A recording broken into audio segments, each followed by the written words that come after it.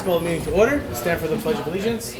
Pledge allegiance to the flag of the United States of America and to the republic for which it stands, one nation, under God, indivisible, with liberty and justice for all.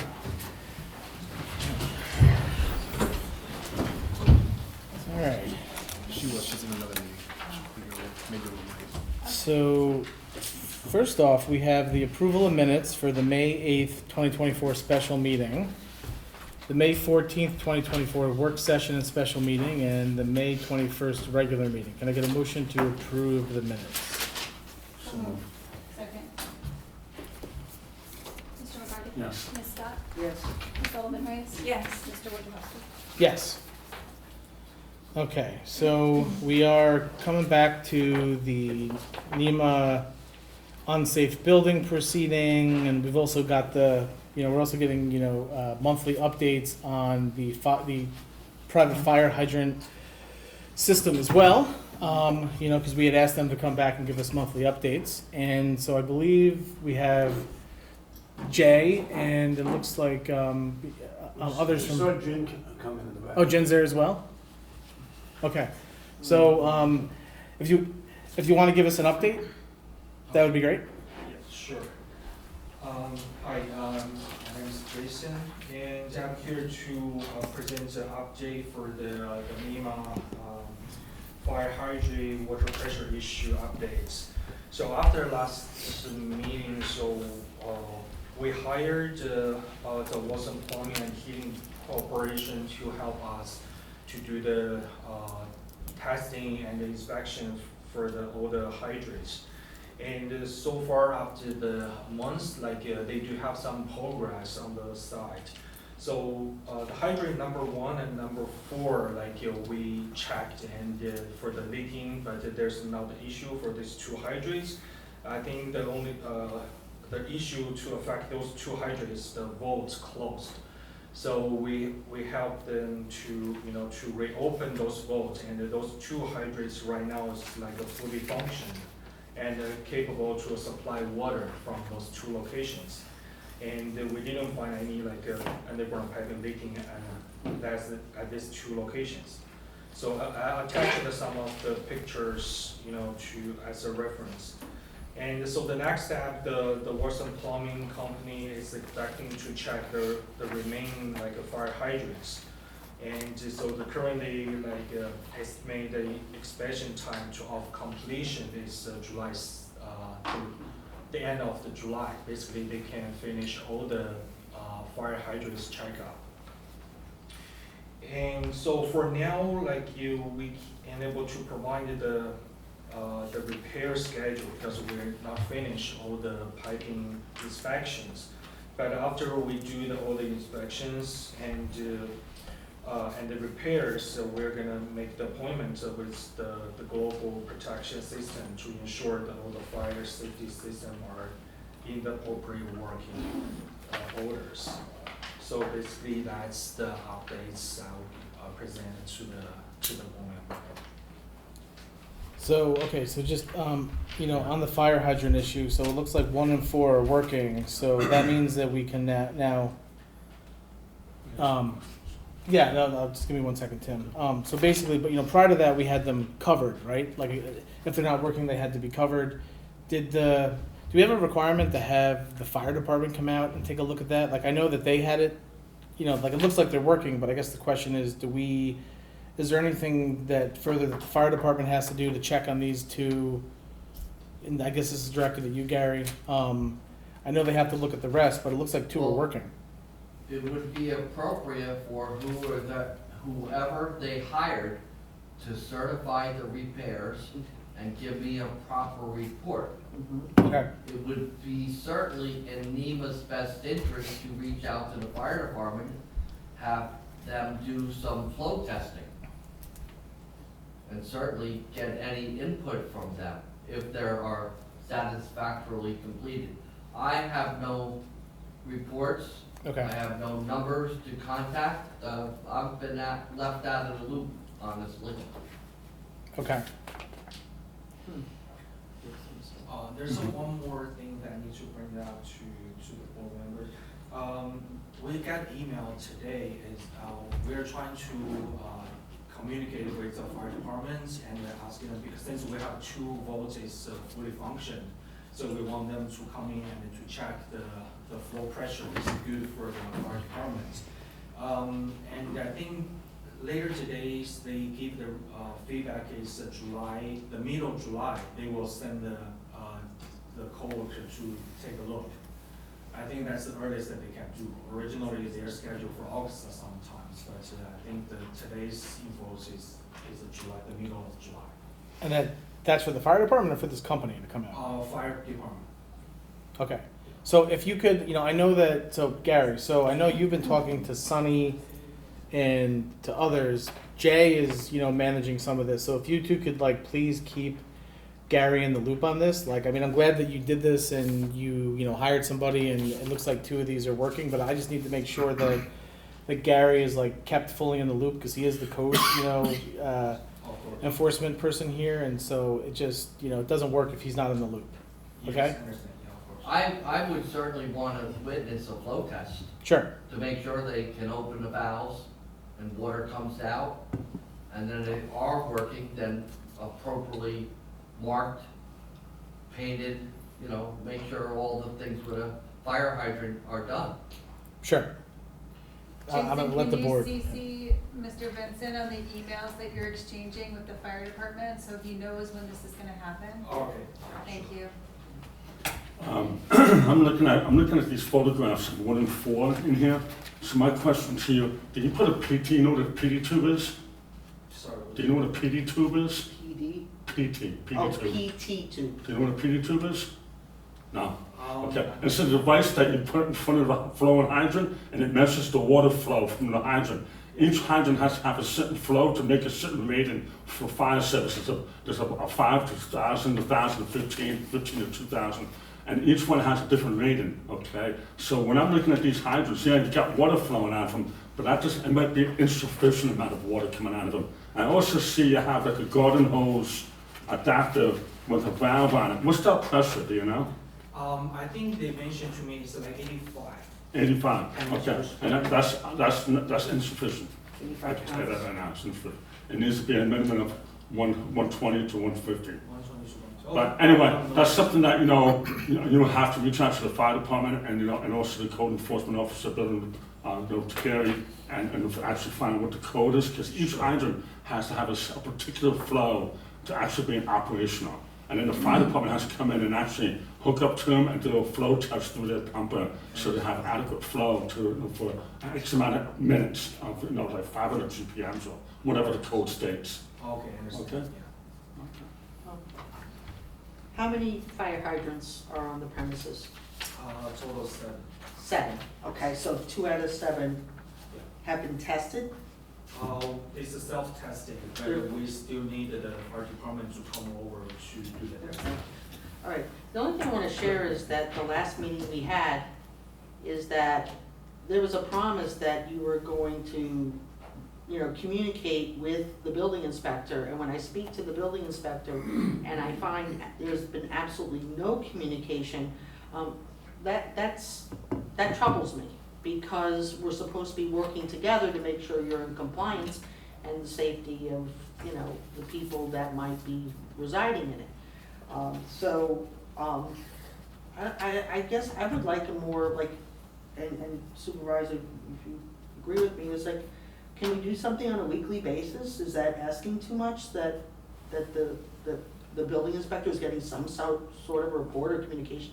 Because we're waiting all this time, and I think we said I just on a don't feel very monthly, much- weekly seems like, I understand, but it's not working the way it is right now. Well, it sounds like they're in communication with the fire department. They're trying to set up the flow test. Okay. And that they've hired the plumber, and that the plumber has been on the premises and done some work. Right, I think the next step is to continue working with the plumber and actually get a hard date from the fire department for the flow test. And that scheduling is going to be with Mr. Benson. It's going to be CC'd, everyone on the same email, right? Right. yeah, So it sounds like it's moving in a direction. Yeah, oh, and I agree, Maybe it's not not a direction. at the clip that we wanted to, but they had commencement last weekend and there's less people No, on I- campus. And this is the really good time to get all of these safety issues resolved before August. Okay, I mean, a little So, disappointed, can there's you- like no documentation really, except the pictures. Gary, are those hydrants on the same line? Yes, Okay, it's a private line. oh, okay, Private line, okay. thank you. But the fact that there's water coming out of the hydrant does not ensure us its adequate volume or pressure. Over time, Yeah, right? absolutely. And it's not the fire department's job to do the flow testing. It's So the contract. device that I have a trouble pronouncing, but the device Timmy stated is what the plumber should be doing Correct. and giving us written reports certifying the system. That's what we're actually working towards. So what is again, what's the date The purpose of the fire department again? is to go out and Yeah, see if it's adequate volume and so on, Yes. actually using their apparatus. Correct. Right. Yes. But they're not gonna be the ones giving us the certification So on do the you- system. so what was the date again? So do you have the date when The middle of July. so the middle of July, your professional Watson's Plumbing will have had a chance to have tested everything, and after that happens, Gee, Josh, I thought they said the fire company was coming in the middle of July. well, it sounds like according to Gary that their professional is supposed to actually do the test and certify that it. For the hydrant flow. Next, we're Yeah. expected to check the Well, when remaining can their fire expert hydrant go out to the permits. property? July 31st. The last paragraph, last sentence in the paragraph, it says, It says completion by. the current By July estimation inspection 31st. time is July 31st. Oh, do you have a copy of this, Mr. Dever? They do not. Oh, well, that's not good. No. Thank you. You're welcome.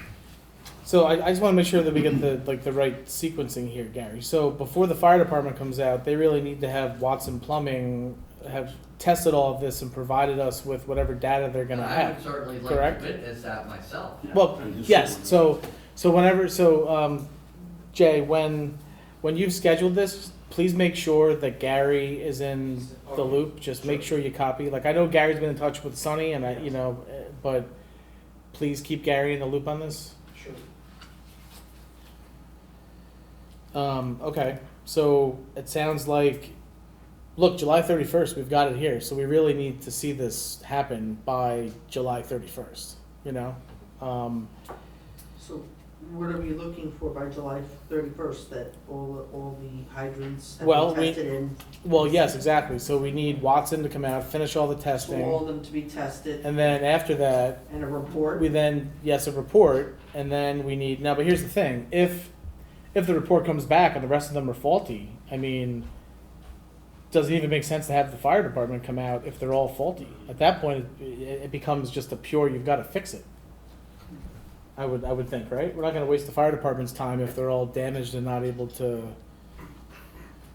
So I think the next thing is you've got to have your, Watson Plumbing's got to come out and test it, give us the results. Gary's got to be there for that. Okay. And if it's, sufficient, we'll bring the fire department out. But if not, I wouldn't waste their time if it's not gonna work. Understood. Okay. And then obviously I know in terms of the unsafe building that, I know we don't have an update on that. So, but we need to, I know your next step was to be retaining an engineer to start the process of analysis on that building? Yes. So I know that for some of the board members, their main concern was the fire hydrant and that they felt that the actual, building itself was sufficiently blocked off from the public? Secure. Yeah, Secure. it's secure, so we have a little more time on that. So long as the building is secured, Yeah. my main focus is the water supply and the fire safety issue. Okay. Yeah, right. Mhm. So then if we come back, at this point, our next meeting is July 9th, so, I think we're gonna extend the public hearing until July 9th, and we'll ask you guys to come back, because Sure. that's our only meeting in July. Obviously, if we have to have another meeting to come back and talk about this, we can. Right, because they're saying July Yeah. 31st, and that's, But Jay, why don't you plan to come back on July 9th and just give us an update of how it's going? July 9th.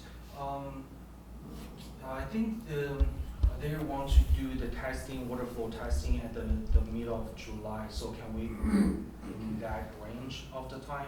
Right, but we really are just looking for an update August from your 13th. plumber as to Uh-huh. the progress of the testing Okay, and any flow testing that they've done, that kind of thing. okay, So if you could perhaps keep Gary in the loop and provide him with any documentation that you're getting from your plumber about the work that's being done, so Gary has an understanding of the progress that's being made.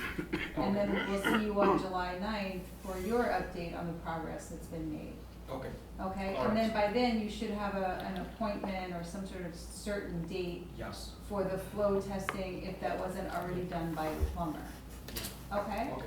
Okay. All right, so then if I can get a motion Well, to, let's- oh, sorry, sorry about that. Anybody else in the public? Is there anybody else in the public that would like to comment on this? I'd like to comment. Yes. You know, I think the community is very supportive of NEMA. Came out and said, you know, give them time, work with them and all. But I've got to tell you, besides my time in government here, I spent 40 years in the insurance field in loss control and safety. And I think literally, this is a life safety issue. You've got staff down there, you have students over there, I don't know if there's any summer programs, but these private hydrants, these fire trucks pull up in the event of emergency, there's no hydrant for them to hook into. Where's the water supply coming from? How are they gonna fight fires? How are they gonna, you know, make sure that people's lives aren't risk? I really think the time for NEMA to understand is they've either gotta put up or do something different. They can't keep holding the town back and saying, you know what, next month we'll get another report. There are people out there, it costs money. They have to come in, evaluate the private water line, evaluate the fire hydrants, and if the school's gonna operate with people on the premises, they've gotta put these hydrants in condition that the fire department can use them. I'm not saying you gotta be hard or play ball, but you're talking about serious life and potentially death issues in the event of an emergency, with people staying there, barracks and rooms and all for these kids. So I think while the town has done a good job of working with NEMA, NEMA's gotta put up, they can't be talking about mid-July, August 1st, September's coming. Yeah. I think they've gotta come in with a plan and prove that they're gonna be able to get everything in order to protect life safety over there at the campus. Thank you. Yes, we agree with you.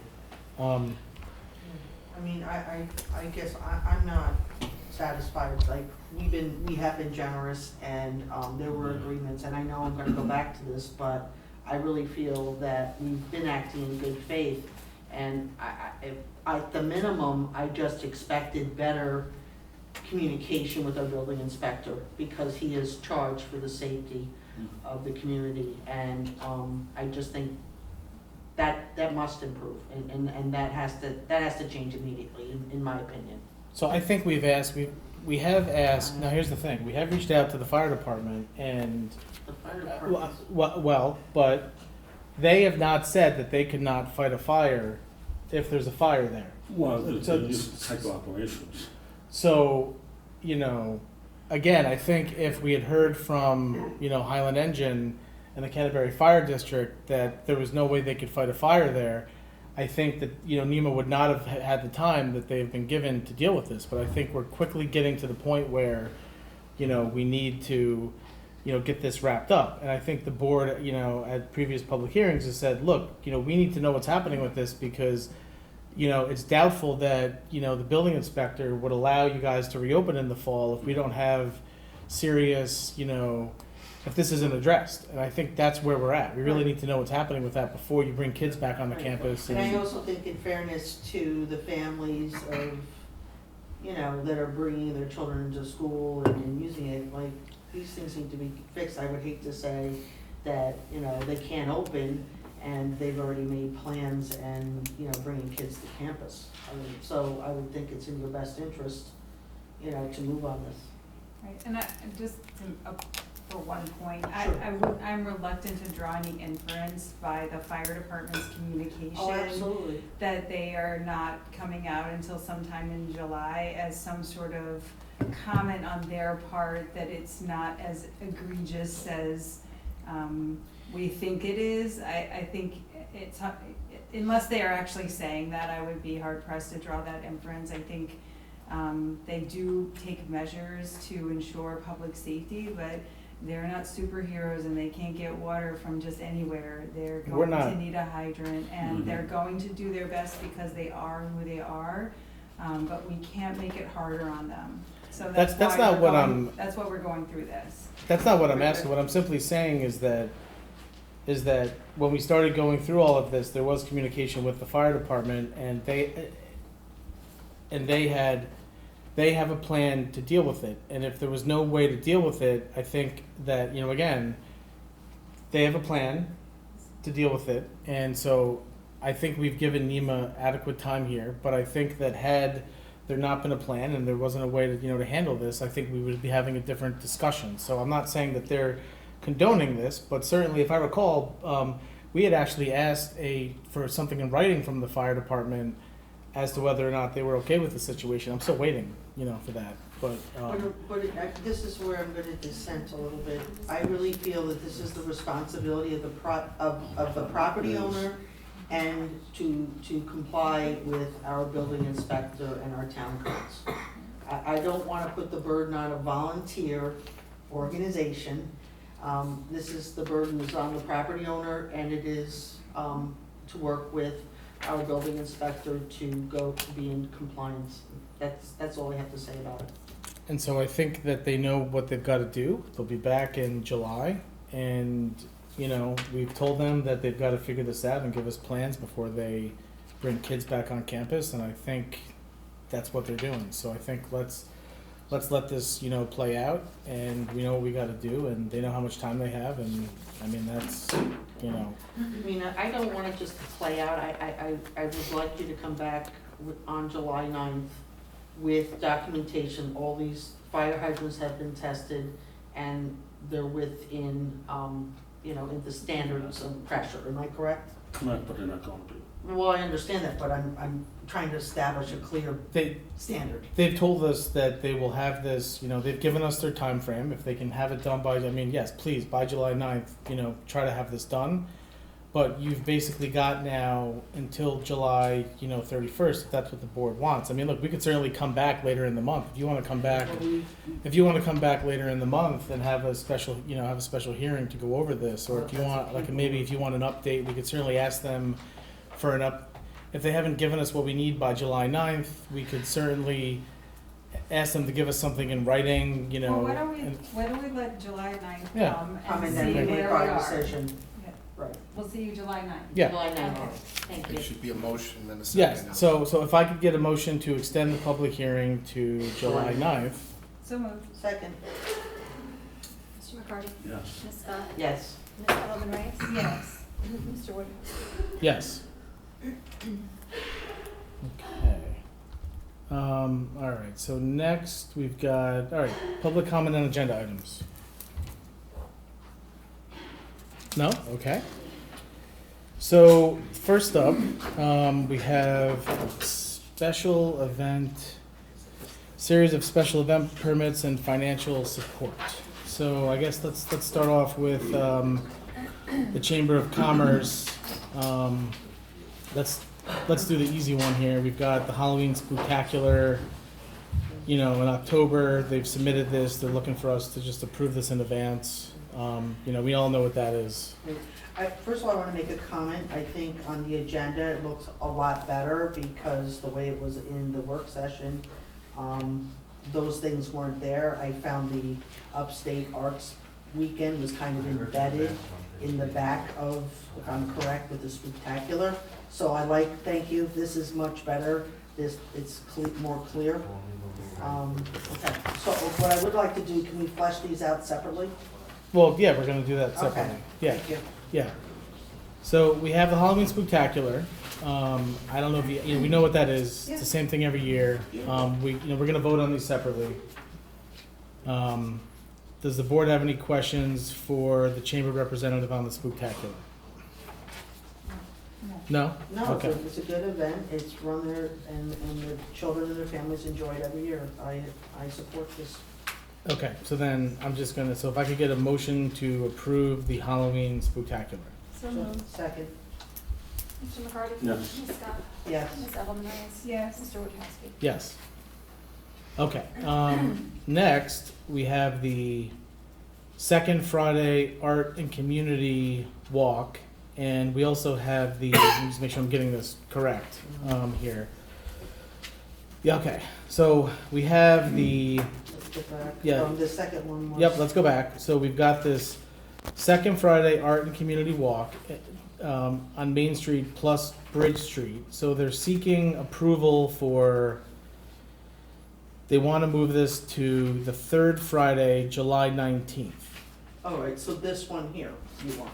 Yes, Okay, so, so this is the third time? Yes. Okay. yes, so I'm gonna let them, I know the board had questions about this. No, this was not the one that I had the questions on. Well, yeah, see, this is the Upstate Arts Weekend one, the one that's gonna be on Bridge Street. They're asking to move, instead of having the normal second Friday, they wanna move it to the third Friday, correct? For the Upstate Arts Yeah, Weekend, and this would be because where they would have the normal Upstate Art, the normal,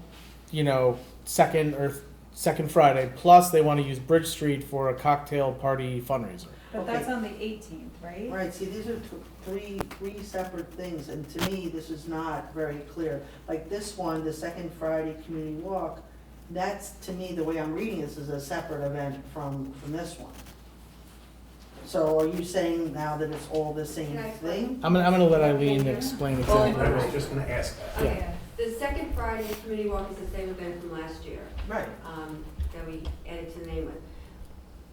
The first two, unfortunately, due to weather, we had to cancel, Mhm. but that's a 6-month event, there's 6 of them. The July one, we wanted to move to be part of Upstate Art Weekend, which is a 4-day art weekend, which Cornwall was granted participation in. So that's our Friday night of the 4-day event, would be that the art walk would take place on that Friday as opposed to the weekend before and have 2 of them 1 week apart. And, as part of that. So on one hand, there's a 6-month art and community walk, and then asking to move the one for July to the July 18th weekend. In the July 18th weekend, we have 4 days of events happening, starting with Thursday, which is the fundraiser, which is the cocktail party on the bridge for 2 hours, where we're unveiling the new sculpture that's going there, and it'll be a fundraiser to help pay for the weekend events. It's a 2-hour event with hors d'oeuvres and light beverages. Friday would be the art and community walk. Otherwise, there'll be 6 locations of art in town between the 4 Cornwall sculptures that are going in, 3 in the village and 3 in the town. The current sculpture that's on the bridge now, the orange one, is moving down to the Storm King Engine Company. Yes. And then the new sculpture, the next in the series, Dancing to the Sky, will be on Bridge Street. And then Saturday and Sunday, Saturday we're, one of the Froebels is going on to Walden Savings Bank lawn. We're working with them to have a lemonade type stand, little thing for the town with the kids event and stuff. And then on Sunday, picnic with the art, encouraging people to have picnics around all of the sculptures and working with the local food vendors, caterers, and stuff that where people can order picnics and pick them up and go and eat with the art. That's Okay, it. so, in So can we terms, start with the. Yeah, so we can start with- Move the second Friday to the third. yes, we Yes. can, Let's go. So that's if simple. if I could get a motion to approve the second Friday to the third Friday, So moved. Someone, Yeah. second, Mr. McCarty? yes. Ms. Scott? Yes, Ms. Edelman Reyes? Yes. Mr. Wojciechowski? yes. Okay, so, And then the second application by the chamber is for the event on July 18th, which is a Thursday. let me just make Correct. and it's a cocktail, right, reception. so, And a fundraising event on the bridge. yeah, so I don't see a second let me just, maybe I'm missing something here. So, Or But- just a letter. I think it was Just one like application it's for a the letter. entire weekend. yeah, so that's, it looks like that's what they did. It was basically one application for the entire weekend. I just think that it. Um, And so what, Oh, I see. In the name and location of event, it's listed the two separate events. When? Where? On the application, at the second line, it says Main and Bridge Street. Oh, so it's not. So, and I'm okay, so that's hesitant the to Ju- that's the elevate July. form Oh, got over it. function, Okay, because it thank you. seems like we have the substance of the application in the adjoining papers. Mm. so, okay, so now my understanding is that, so I've spoken to some of the board members about this, and so, you know, the way this would have to work, you know, in terms of allowing this cocktail party on the bridge is, one, we need to have an SLA permit in place. But there's a landlord authorization form that has to be submitted by the permit, by the permittee with the SLA. We're the landlord of the bridge. Yes. So in order for them even to submit the permit application to get this, which is gonna be a requirement by the board The to do condition, this. yeah.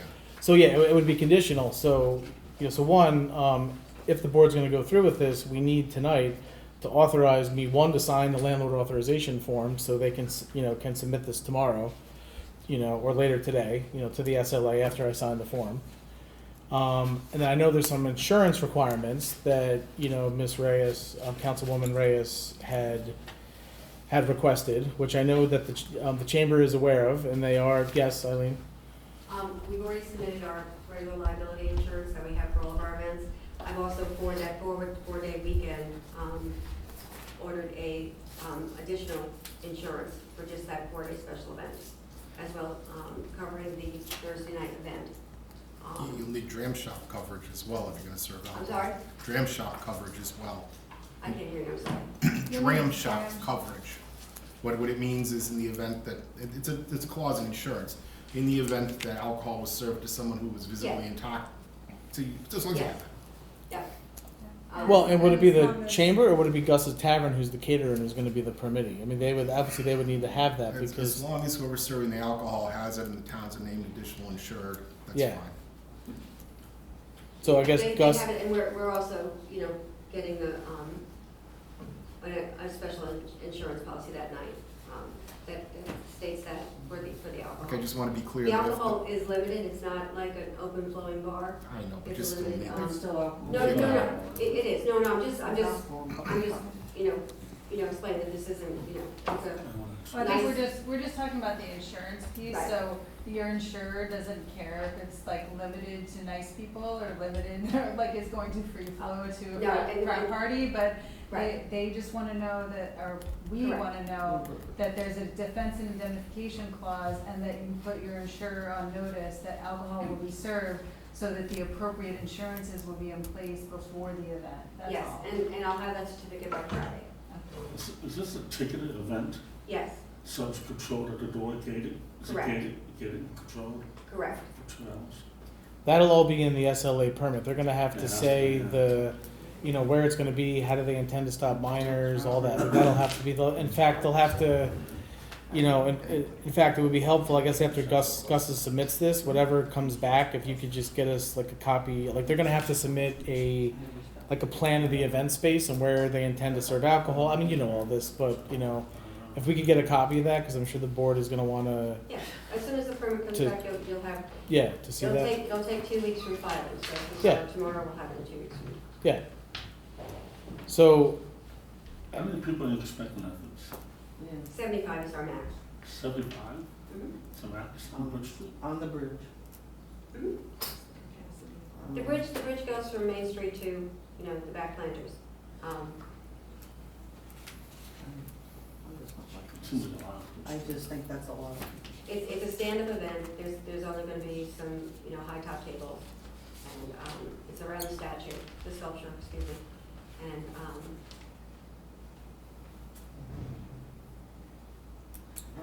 I'm gonna be honest, I'm not comfortable with, doing alcohol on town property.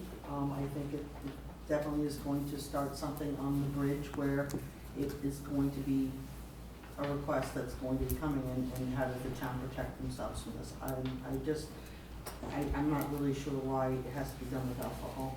This is just celebrating the sculpture. I think in any type of fundraising event and stuff like that. Yeah, but it's on public property. You're doing a fundraiser on public property. I realize For the that. Chamber of Commerce, though, I mean, it's not like you just let anybody do it. I understand that, but what if another group wants to come in and do the same thing? I think you could distinguish the Chamber of Commerce from someone. Yeah, I mean, the village has safely distinguished this and has done this on at the riverfront, at Donahue Farm. I mean, they've figured out. I don't think this is like reinventing the wheel. I think Well- we've kind of figured this out. Not- We've not- figured out a way to do it safely. I mean, look, it could just be a philosophical thing, and that's No, it's okay. not a We can philosophical thing. disagree. I think we also were asking for the police department to weigh in on whether there would be, like, given the projected numbers, would there be any issues in that space? Would you need any plans emailed to you? Would you like the plan once it's submitted to the SLA? Is there something that your department would be looking for? Well, I didn't know anything about it. Yeah. I knew about the event, I didn't know about the alcohol, but I Right, mean, so that's- So typically what but happens is when, 75 people, I mean, there could be 75 Yeah. people on Main Street any given day. No, but this is just on the bridge. so what I think happens that's when you submit? inclusive of the yeah. space that Yeah. leads up to the planters from the sidewalk, is that correct? Mm. If that was a room, as a former hospitality owner and a caterer, you know, that room would fit 200 people. If there was a room with walls in that space, that's. So look, I mean, this is, this was on the agenda last week. We briefly spoke about the alcohol last week.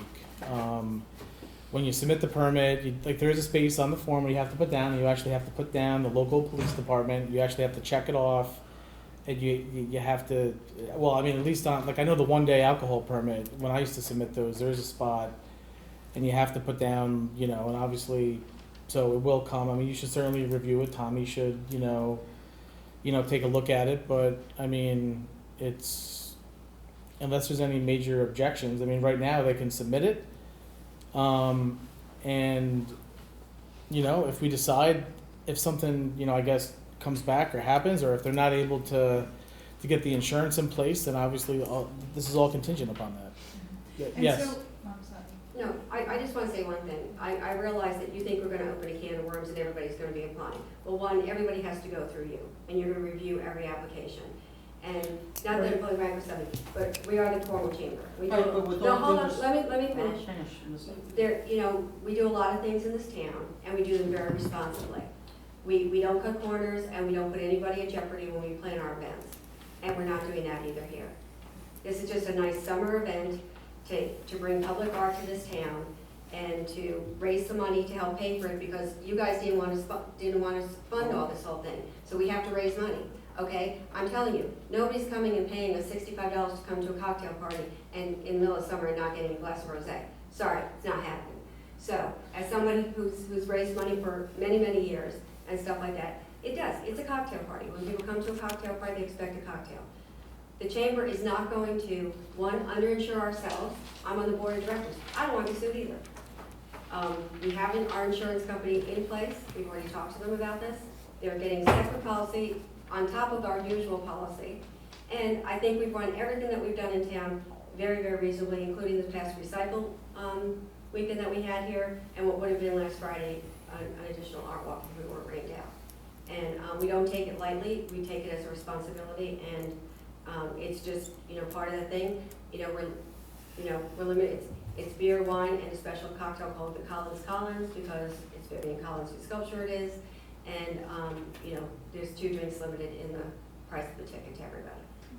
Well, with all due respect, I had to dig out this, and I was the one that noticed that they were having a cocktail party. This is something that just came from left field. I'd like to get back to this whole thing with the arts, and I'm gonna publicly say something.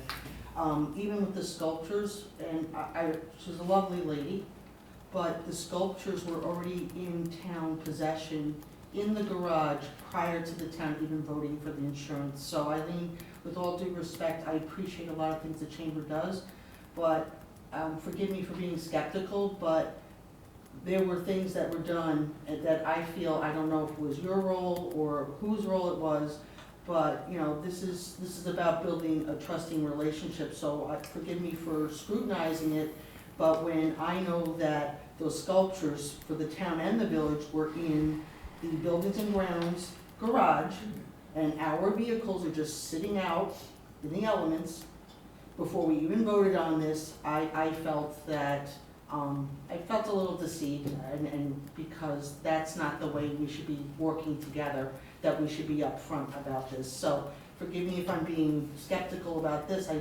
I'm here to protect what I feel is the best interest of the town. The chamber didn't accept possession of the sculptures. They're not loaning them to us, they loan them to the town. Right, So but the we town didn't is even built- approve to take them, and they were already in the garage. Okay, well, it sounds like Okay, it's that an has issue to with do somebody else. Right, well, Yeah, maybe not the well, chamber. this department is part of, But there are also two different topics here. well, they come together, because they're the same thing, they're celebrating this, so. Well, I think it sounds like a great event. Of It course sounds does, like but- everyone is trying to get the proper paperwork in line and insurances in line. This is not uncommon to our town, although of late we've seen it in the village with fundraisers, with beer and wine being served. I've attended those events. I'm not a part of those groups that, through those fundraisers, they're very well received. It's very subdued. I just don't see, especially with the proper licenses and the proper insurances in place that defend and indemnify the town, I think it's an appropriate use of the space, especially given this particular weekend and its focus. I think the cocktail party is narrowly focused on the events at hand and the weekend that is to be celebrated. We've done some work in the town to bring arts and culture into the Main Street Business District and help people to start there and continue into the town and down to the village. And I think this is an important draw for our town to support our Main Street businesses and our village businesses. So I think as long as contingencies come into place, that being the SLA license and the insurance indemnification, I think I think it will be fine if it's the chamber. This is our chamber. I mean, I got a couple of questions actually. I'm looking at the fourth paragraph on the chamber letter here. And it states that, you said it before, it was gonna be 2 hours long, correct? Correct. And now you're stating here in this letter that you want to close the street down from Main Street, from Horizon Building to Willow Avenue to accommodate more room for more attendees, for participation in special event. The street will be closed from 5 p.m. to 8:15 p.m.? That's for the Friday night art walk. That's just for the artwork? Mhm. Okay, that's not for the special No, fundraising everything event? for the cocktail party will be confined to that event so that we can control the attendance. Okay. Thank you. I also want to add, I know I came in late, I was at the awards night at the high school, the sports award, all coaches must attend.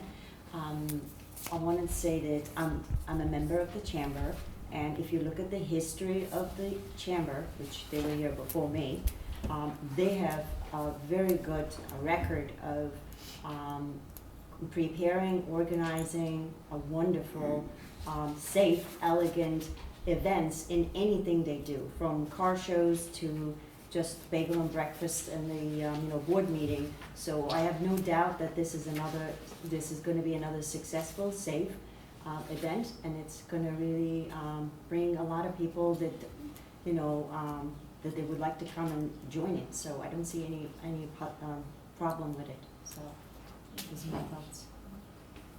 All right, so then let's try to, okay, so we've already approved the third Friday request.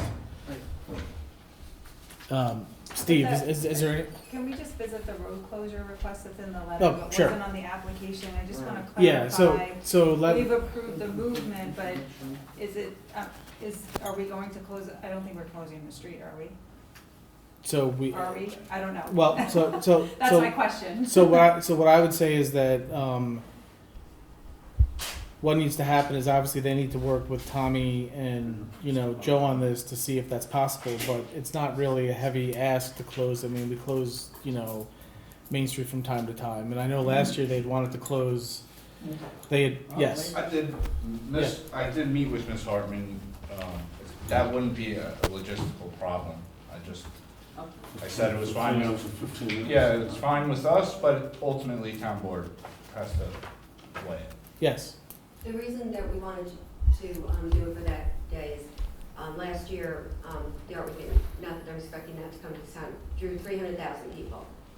So as an event that's listed in their thing, to happen, we could have a lot more people coming to town. The sidewalks are only so big. If you put the vendors on the sidewalks, I just thought logistically. it's like a safety issue too, right? We just thought that yeah. it would provide a little bit more room. And would it be the plan that all of the vendors would be concentrated in that area for Yes. that particular wall? Correct. Because sometimes you spread them out, but. Right, this will be no, just they'll that stay area. between those, Okay. yeah, Thank so we you. can control them. Thank So you. then I guess this also requires if I could get a motion to approve the road closure, approving Main Street road closure on, what is it, July 19th? So moved. No, wait a minute, Yes, the 19th? For the 8th, For for the the 19th. 18th. For the 19th. for the 19th, yes. Just for the we're- art walk. Yeah, on this is Friday. where, Our walk's on the Friday. Yeah. yes. So moved. Second. Mr. McCarty? Yes. Ms. Scott? Yes. Ms. Edelman Reyes? Yes. Ms. Michaelozzi? Yes. Mr. Wojciechowski? Yes, okay, now let's get to the July 18th cocktail party on Bridge Street. So if I could get a and Steve, real quick, so do we have to like waive anything or allow anything? You need three things. First thing you need is, well, a motion to approve. Yep. And simultaneously to waive the town's open container on town property requirements in regard to the proposed event. Okay, Second thing you're going to need is approval of the event, subject to submission of appropriate insurance. You can put it to the town attorney's satisfaction if you want, or, town boards, town supervisor, whatever suits you. Okay. But I mean, we pretty much know what they need, think they know what they need. And lastly, you're going to have to make it subject to submission of an acceptable plan for, I'm not even sure exactly how to phrase it, service of alcohol or prevention of minors from obtaining alcohol during service. that would come from the SLA, but we can It obviously would, go but the farther. approval still has to Yeah. be subject to them submitting it to the town. Okay. It'll be part of the SLA approval, they'll submit it, but they gotta submit it to you too, so you can see it's in Okay. place. Okay, You have those three things and you approve it, subject to those. okay, so if I could get a motion to approve the July 18th event on Bridge Street, subject to, first we need a motion to waive the town open container, regulations on town property. Also subject to the approval of adequate insurance that will meet the, I think we should do them one at a time. you want to do three separate? Sure, okay. All at a time, one at a time. Okay, if I can get it. Oh, okay. Yeah, okay, so then, all right, so if I can get a motion to approve the July 18th event, subject to meeting insurance requirements, having an SLA permit, and meeting appropriate, an appropriate plan for serving alcohol. So moved. I want the insurance requirements be approved by the council. Okay, so subject, yeah, all right, we can make that subject to town attorney review. I did say so moved. Second. Mr. McCarty? Yes. Ms. Scott? No. Ms. Edelman Reyes? Yes. Ms. Michaelozzi? Yes. Mr. Wojciechowski? Yes, and then if I could get a motion to waive the town's open container law on town property. For this event. For this event, sorry. Not a blanket, not a blanket, sorry, It's yes. not open bar. For the July 18th event. So moved. Second. Mr. McCarty? Yes. Ms. Scott? No. Ms. Edelman Reyes? Yes. Ms. Michaelozzi? Yes. Mr. Wojciechowski? Yes. Okay, so, all right, so next, we have the Cornwall Youth Committee, who would like to present their request to the town. So, I guess if you just want to get up, tell us about your event, what you're requesting. Stand right here? Yeah, just stand right there, yep, state your name, yep. My name is Lori Beth Paliata. Sally LeGrand. And we're here representing the Cornwall Youth Committee. We are requesting some financial help for our color bash.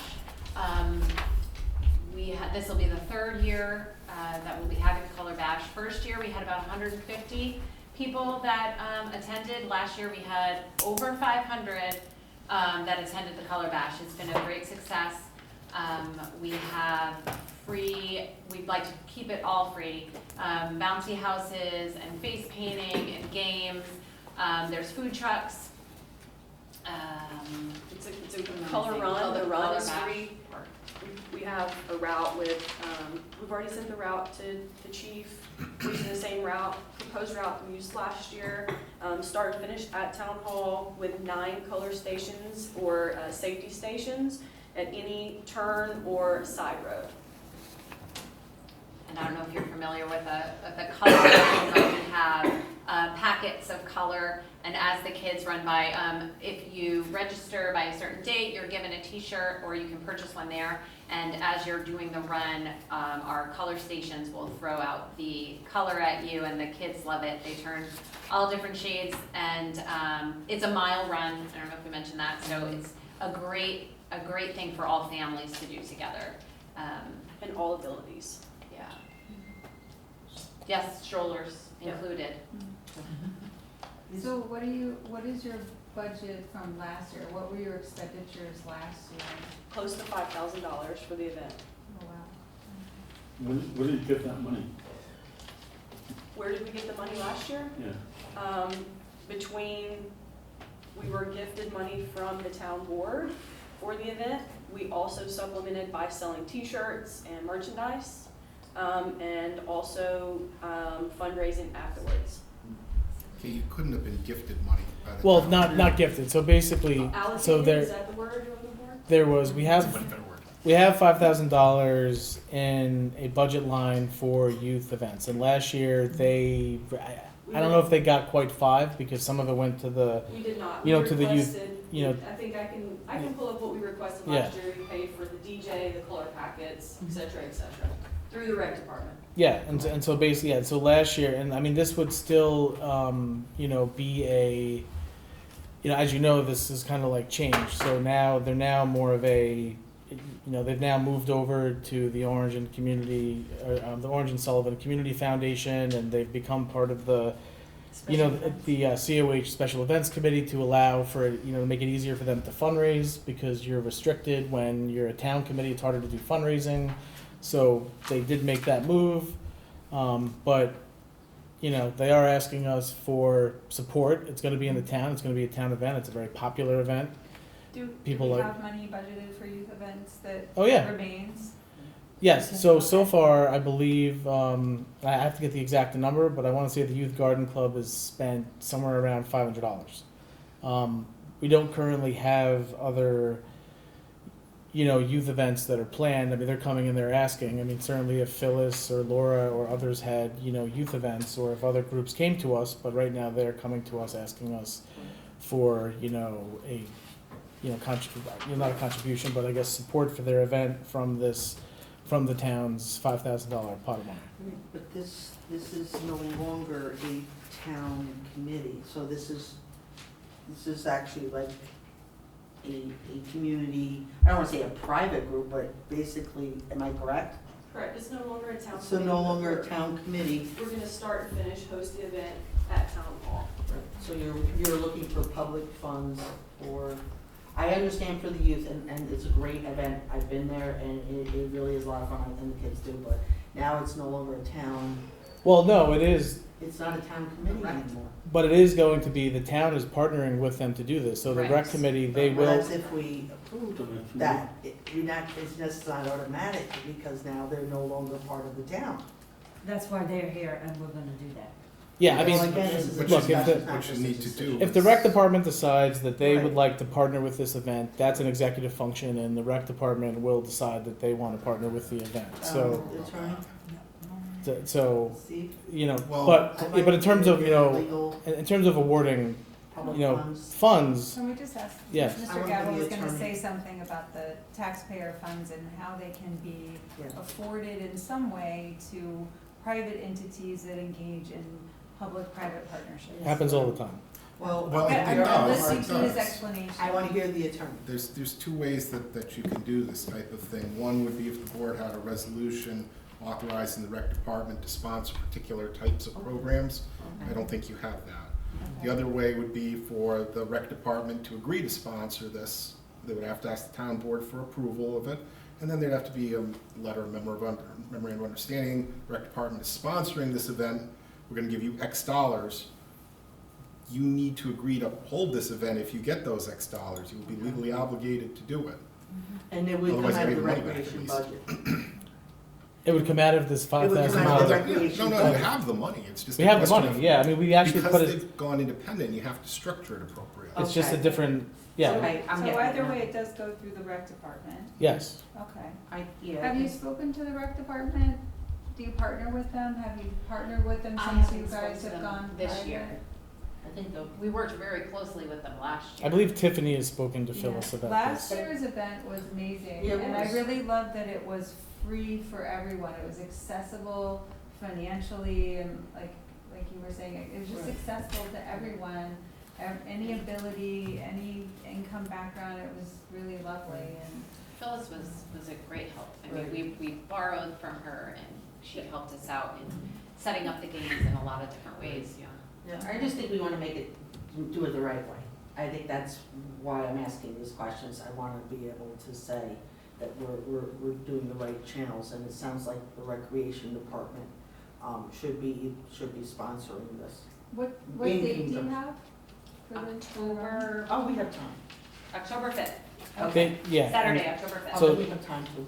They've still, I mean, there's still stuff to be worked out. They still have to actually submit a, you know, now that they're not, in the past, this was a town event and they didn't have to submit a special event form. But now you guys are gonna have to submit a special event form, and then we're gonna have to figure out how the insurance is gonna work with this, because I believe the COH Special Events Committee is covered by the village. You know, the village's insurance, like they have, whatever, I mean, there's like, you know, arrangement they have, because I think the COH Events Committee is also an official village committee too, is my understanding. Are you a village? Is it? Yeah. So, you should talk to Dominic The about town this. is sponsoring the event, it might even fall under the town's insurance, it depends on what kind of an agreement you have in place. Yeah, They fall under we'd have And I'll to, be happy to talk to Dominic. Okay. It's not bad. So- I got a question about it. yeah. So I see this says, just hear me out, Corwin Hudson Special Events, CYC. So, are you part of the Corwin Hudson, are you actually sponsored by the village? We are not, that I know of, sponsored by the village. Well, then, No? So, No. Is the village company in any form or fashion? In this event? Yes. No. so as you know, there's the COH Special Events Committee that funds movies on the park and the bandstand, and they do other stuff, and so they went and they went and, you know, they're using that platform so they can fundraise, and, you know, they can have that ability to do that. But that's just, you know, where they decided to go with that. But in terms of, this would not be but they're doing events in the town. I mean, you know, but this is just how they're choosing to raise their money. We participate in Spooktacular, Winter Wonderland, many other additional events, and offer youth activities for those as well in the town. well, no debate, you're very active and you do a lot of wonderful things that's not even tea related. And I thank you for that, because they really do have good fun in all these events. Okay. So then I guess what we need to do is so the next step is Yeah. to file the special event application. And, Put together a letter asking the town and the rec department, you can Yeah. address them both, to sponsor the event, say how much money you want, and we can draw up an appropriate letter agreement for you to be sponsored by the town, and you to undertake to perform this, and we'll work out the insurance, the cash, and everything else.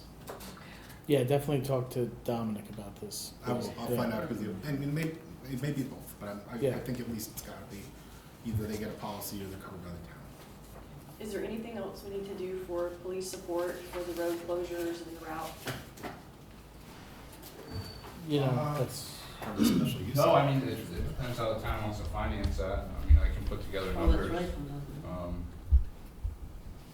you know, I mean, Yeah, I look, mean- if, you know, in my mind, if the town is gonna, you know, agree to be a co-sponsor of this event, and this just comes along, this is just part of our contribution. I mean, if we ask them to pay for it, then they're what, basically fundraising to pay for, you know, police coverage? I mean, I guess we could have them do that, but it seems to me like, as long as we That have, doesn't sound normal. Not Yeah. for That a doesn't sound sponsor. normal. Yeah. And I'm Yeah. curious, can I ask the chief a question?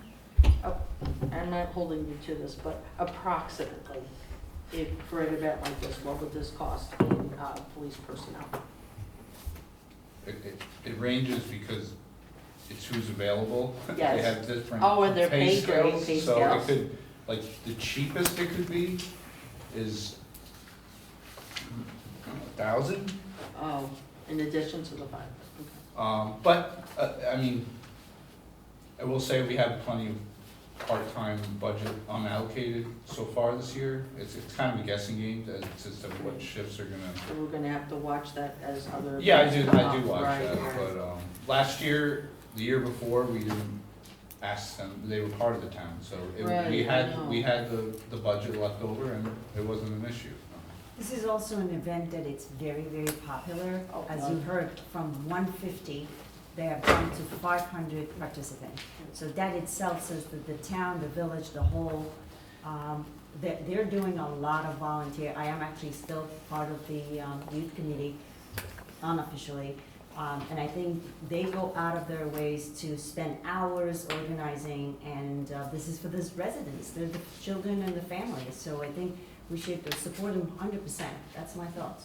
I think we're just trying to figure out the logistics. Yeah, I know, So- but. So then, just- What's appropriate if by for July taxpayer money. 9th, so I think, you know, obviously, like, you wanna know what's happening, because even though it's like you say October, I mean, look, it's already like July, you know? Well, I think. So, by July 9th, I would think that we would need to have, you know, permit application filled out, what the request is, so, I mean, that kinda gives us, you know, what, 3 weeks to, because, you know, we're only having one meeting in July, and if we wait until August, that doesn't, you know, give you a lot of time if the board decides do to a do special something meeting. else, you know? So we should check in, we'll fill out that form, Yeah. and we check in with the rec department. Yes, I think. And Yes. then we write the letter, Yeah. I okay? think Yeah. that would Okay. be a good idea. Thank So- you for coming. Thank you. Thanks. Thank you. Thank you.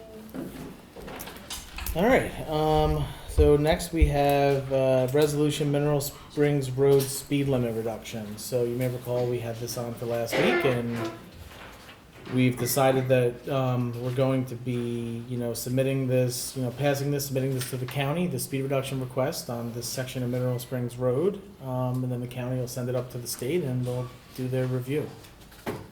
So unless I'm missing something, or that you guys have any further comment, I'll just, you know, read the resolution. So, whereas the town board has received a request for residents on Mineral Springs Road in the town of Cornwall to reduce the speed limit on Mineral Springs Road, and whereas the said request is to reduce the posted speed limit to 40 miles per hour on County Road Number 9, Mineral Springs Road, between the intersection with Angola Road and Trout Brook Road, and whereas Mineral Springs Road is a county road under the jurisdiction of the County of Orange, and whereas pursuant to New York State Vehicle and Traffic Law subsection 1622, Point 1, in order to secure a lowering of the speed limit on Mineral Springs Road, it is necessary for the town board to request the county superintendent of highways to approve the proposed reduction and then send a joint request for reduction of the speed limit to the New York State Department of Transportation. Now therefore be resolved as follows, that the town board does hereby request the Orange County Superintendent of Highways to approve the proposed reduction of the speed limit on Mineral Springs Road as stated above. 2, that the town board does hereby authorize and direct the town clerk to send a certified copy of this resolution along with the applicable New York State Department of Transportation form for speed limit reduction request to the Orange County Superintendent of Highways. Can I get a motion to approve? So moved. Second, Mr. McCarty? Yes. Ms. Scott? yes. Ms. Edelman Reyes? Yes. Ms. Michaelozzi? Yes. Mr. Wojciechowski? Yes. Okay. Let's just get through this. So. Sorry, I'm doing this electronically here. So. Okay, so next I have a resolution to schedule a public hearing for the term limits, local law.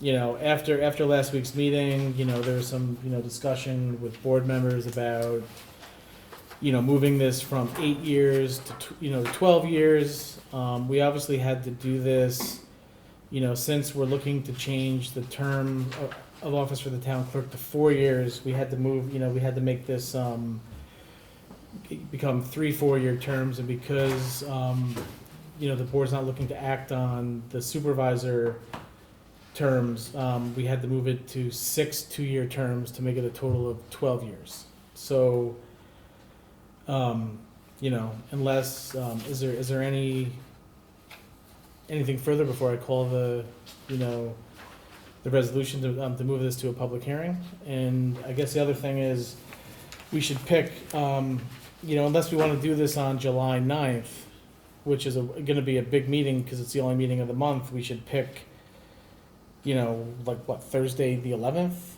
Why don't we do it in August? No, you really want to get this done in July. If There's you not want to enough have a public time. hearing, you make sure you get on the ballot if it's passed.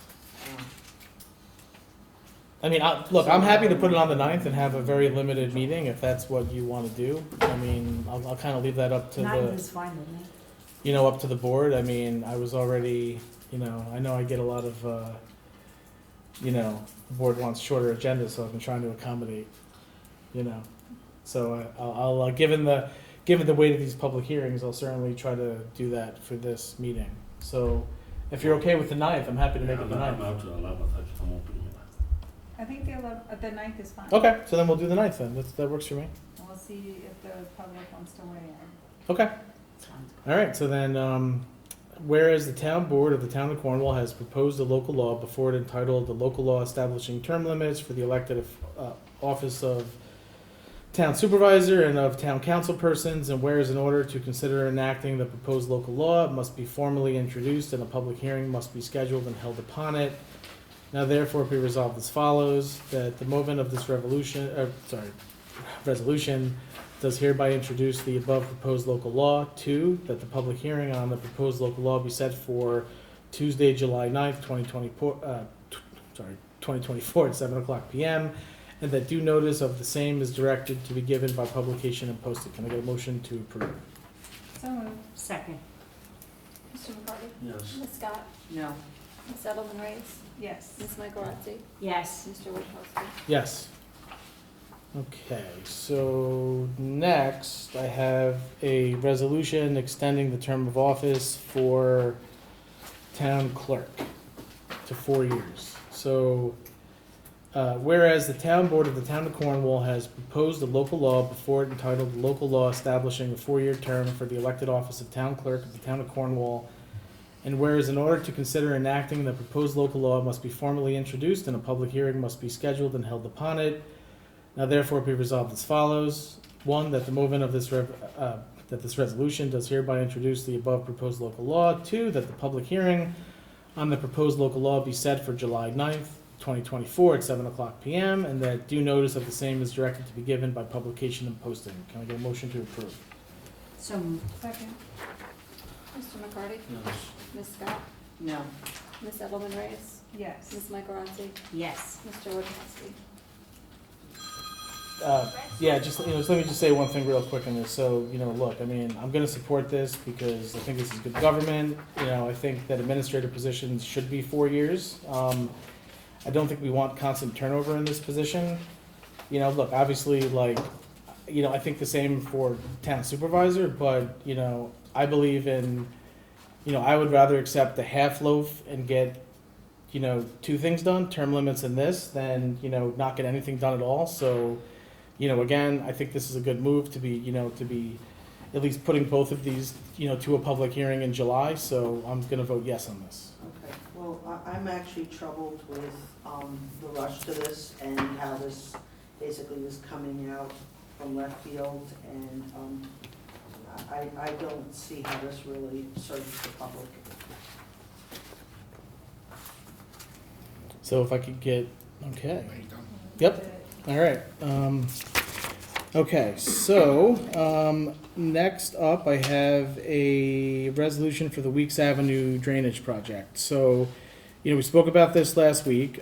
We can pull the funding, for this, drainage project, from we have, funds from a, River Light Improvement Grant that park that we can, use to help fund part of this study, which we would, so the Scoofus Playground. So it's for playgrounds and for a River Light Park master plan and for any design and engineering. And so we've already, we have $200,000 and then we have another $200,000 for the playground. So we have some money, to do this. Drainage is going to be key to anything we do in River Light Park. And the Weeks Avenue drainage project includes, dealing with drainage on Little League fields, which are in River Light Park, dealing with Rings Pond, which is in River Light Park. And so, This is also to address that the pond is actually a stormwater retention. Well, exactly, pond, exactly. So that we can get Correct. further yes. funding toward that end. And so in order for us to be able to apply for the green infrastructure grant that's due in August and other grants, we have to get this out of the way because, or if we're going to apply for like a FEMA hazard mitigation planning grant, if we don't have this work done and we're like at least, we're not going to be able to have the data that we need to apply for any of these grants. So I think it's certainly worth an investment. It'll get us as far as we can and allow us to, go for additional grant funding. So let me just, all right, pull this up here. Sorry. All right. So whereas the town of Cornwall has received an agreement from MHE Engineering for engineering services regarding the Weeks Avenue Drainage Improvement Project, and whereas it would be in the best interest of the town to approve the agreement with MHE Engineering, now therefore be resolved as follows, that the town board hereby approves the annex agreement for engineering services between the town and MHE. 2, that the town board authorizes the supervisor to execute the agreement on behalf of the town and any documents necessary to secure performance under the said agreement. Can I get a motion to approve? So moved. Second. Mr. McCarty? Yes. Ms. Scott? Yes. Ms. Edelman Reyes? Yes. Ms. Michaelozzi? Yes. Mr. Wojciechowski? Okay, so next up, we have, let's get through this, all right. These are surveys for the Long Hill Road Culvert Project. We need to do these in order to be able to complete the design and engineering for a FEMA project that will be reimbursed at 70, at a minimum of 75%. We can't even finish this until we get these surveys done. Sean had asked for, a number. This is the only one that had actually responded to our request was this. Was MNTN surveying. And so, obviously we had, we know about the whole, issue over, Hasbrook and that study, but, they have been, able to get their surveying done in a relatively reasonable time frame. So there's no issue with, Sean doesn't feel there's an issue with awarding this to MNTN. So if I could get sorry, let's get back to this. Do I have a resolution for this? All right, well, we don't need one. Okay, so if I could get a motion to approve to have MNTN provide the Long Hill Road Culvert Survey at $6,900. So moved. Second. Wait a minute. Oh, It's on the last page. okay. They were the only ones. They were the only ones that, Okay. Mr. McCarty? Yes. Ms. Scott? But it was six, I got the right one? 6,900. Okay. I'm sorry, I'm looking at the wrong one. It says 66. I got the wrong page. All right. Yes. Yes. Ms. Edelman Reyes? Yes. Ms. Michaelozzi? Yes. Mr. Wojciechowski? Yes.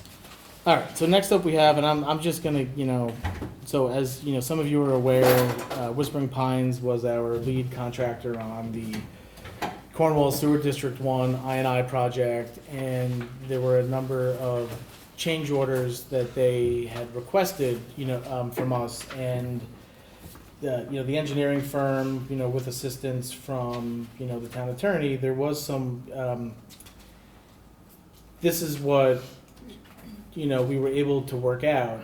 I think that it may take, and I'm sorry Sean can't be here. So, in light of that, we could certainly, bring Sean in, call a special meeting, but we really need to, even if we don't act on this tonight, we do need to get this moving because it's essentially, we can't really finish the project until, which includes going under Academy Avenue and finishing the piece where they have to tie in the NEMA piece. We should under- be able to get a report for next week though, Josh. Yeah, no, I think we could get something from Sean. We could also get Sean to, he was at another meeting tonight, he just couldn't be here.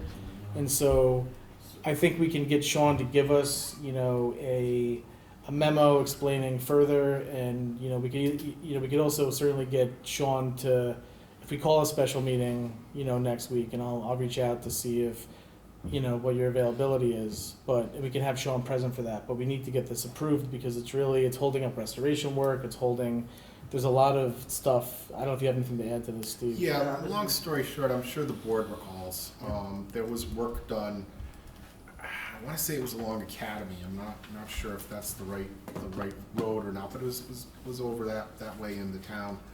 And Whispering Pines submitted a change order saying that certain additional work they had done should be paid by the town board. And we looked at it, and MHE looked at it, and there were problems with what they were submitting for. And we went back and forth with them over the town's objections and their explanations as to why they didn't accept the town's objections. And MHE has worked with them to come up with this lower request for payment on the change order. I would have to go back and look at what the prior demands were and what the town's position was to tell you where this lands in terms of, are you paying half, are you paying a quarter, are you paying 3/4? We can get that done, and MHE can get that done, and we'll provide at least an email memo to the board laying out what this is and how much it is you're paying. But Josh is absolutely right. This is a dispute that you really need to get resolved so that Whispering Pines can wind up its work, close it out, and the town can move on with having closed out this project. It's part of the project you're under a consent order with DEC on. So, look, it's not the end of the world if you can't resolve it immediately, but it's really time to work it out. I mean, if it's not an unreasonable offer, the board should seriously consider. And the other thing I would say too is that this doesn't, bring us above the so we've already, we have this is, funded by the, EFC. And so this doesn't go above the amount, it's not like we're gonna have to go back to the back to the bond market to get additional funds. I mean, this is well within, we're just basically increasing the size of their contract, and there are contingencies, so this isn't like, it's gonna be a major, major thing, but obviously we've gotta make sure that, the board feels good about this. So we'll get Sean to prepare that, and we'll get something out, and then we can decide if we need him to come, or if, whatever we need to do, but, this is holding up, repaving roads that were done, that had sewer work under them, and, I think we gotta get that taken care of. So I'll have Sean send something out to us. Okay, so this next thing, and these are things we have to act on. I apologize. These are, again, like I say all the time, the engineering firm, in order for them to, there's times when we have to amend existing EFC agreements in order for Pam to make payment to our contractors on projects, and this is just one of those situations. And so this first one is the Firthcliffe I&I EPG. We do have some grant funds for for this project, but in order for us to basically pay the higher amount, we have to amend the contract. So that's basically what this is. So. So, correct, it was originally estimated for 21,000 and now it's doubled? So if we go to, hang on a second here. So basically yes, it's doubled. Yes, that is correct. It is doubled. So we can either choose not to pay them, which I think is not really an option in this case. That is not an option. Again, when we did all this borrowing and all of this, when all this got put together, this was again, Estimates of hours don't always match up with the hours that they wind up putting in. If you want an explanation of the hours, I'm sure MHE will provide it. Right, there's nothing like you just negotiated something with. This wasn't a hard, in fact, it was just an estimated amount, you understand that? yeah, I mean, they Okay, so it basically, was underestimated, is that what you're saying? Sometimes things take longer to By, do like- for, unforeseen reasons, whether you hit a rock bed or there's, complications about, it's I&I work. There's lines that aren't where they should be and, other lines that nobody knew was there. I understand, it's just like it's double. If you want him to explain it, I'm sure Sean will be happy to.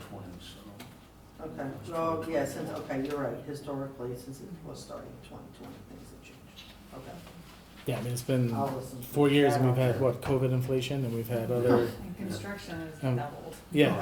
No, but that was a good point, that was a good point, you're right, okay. So- That's one point. So if I, could get a motion to approve the, the amendment for the Firth Cliff I&I EPG. So moved. Second. Mr. McCarty? Yes. Ms. Scott? What?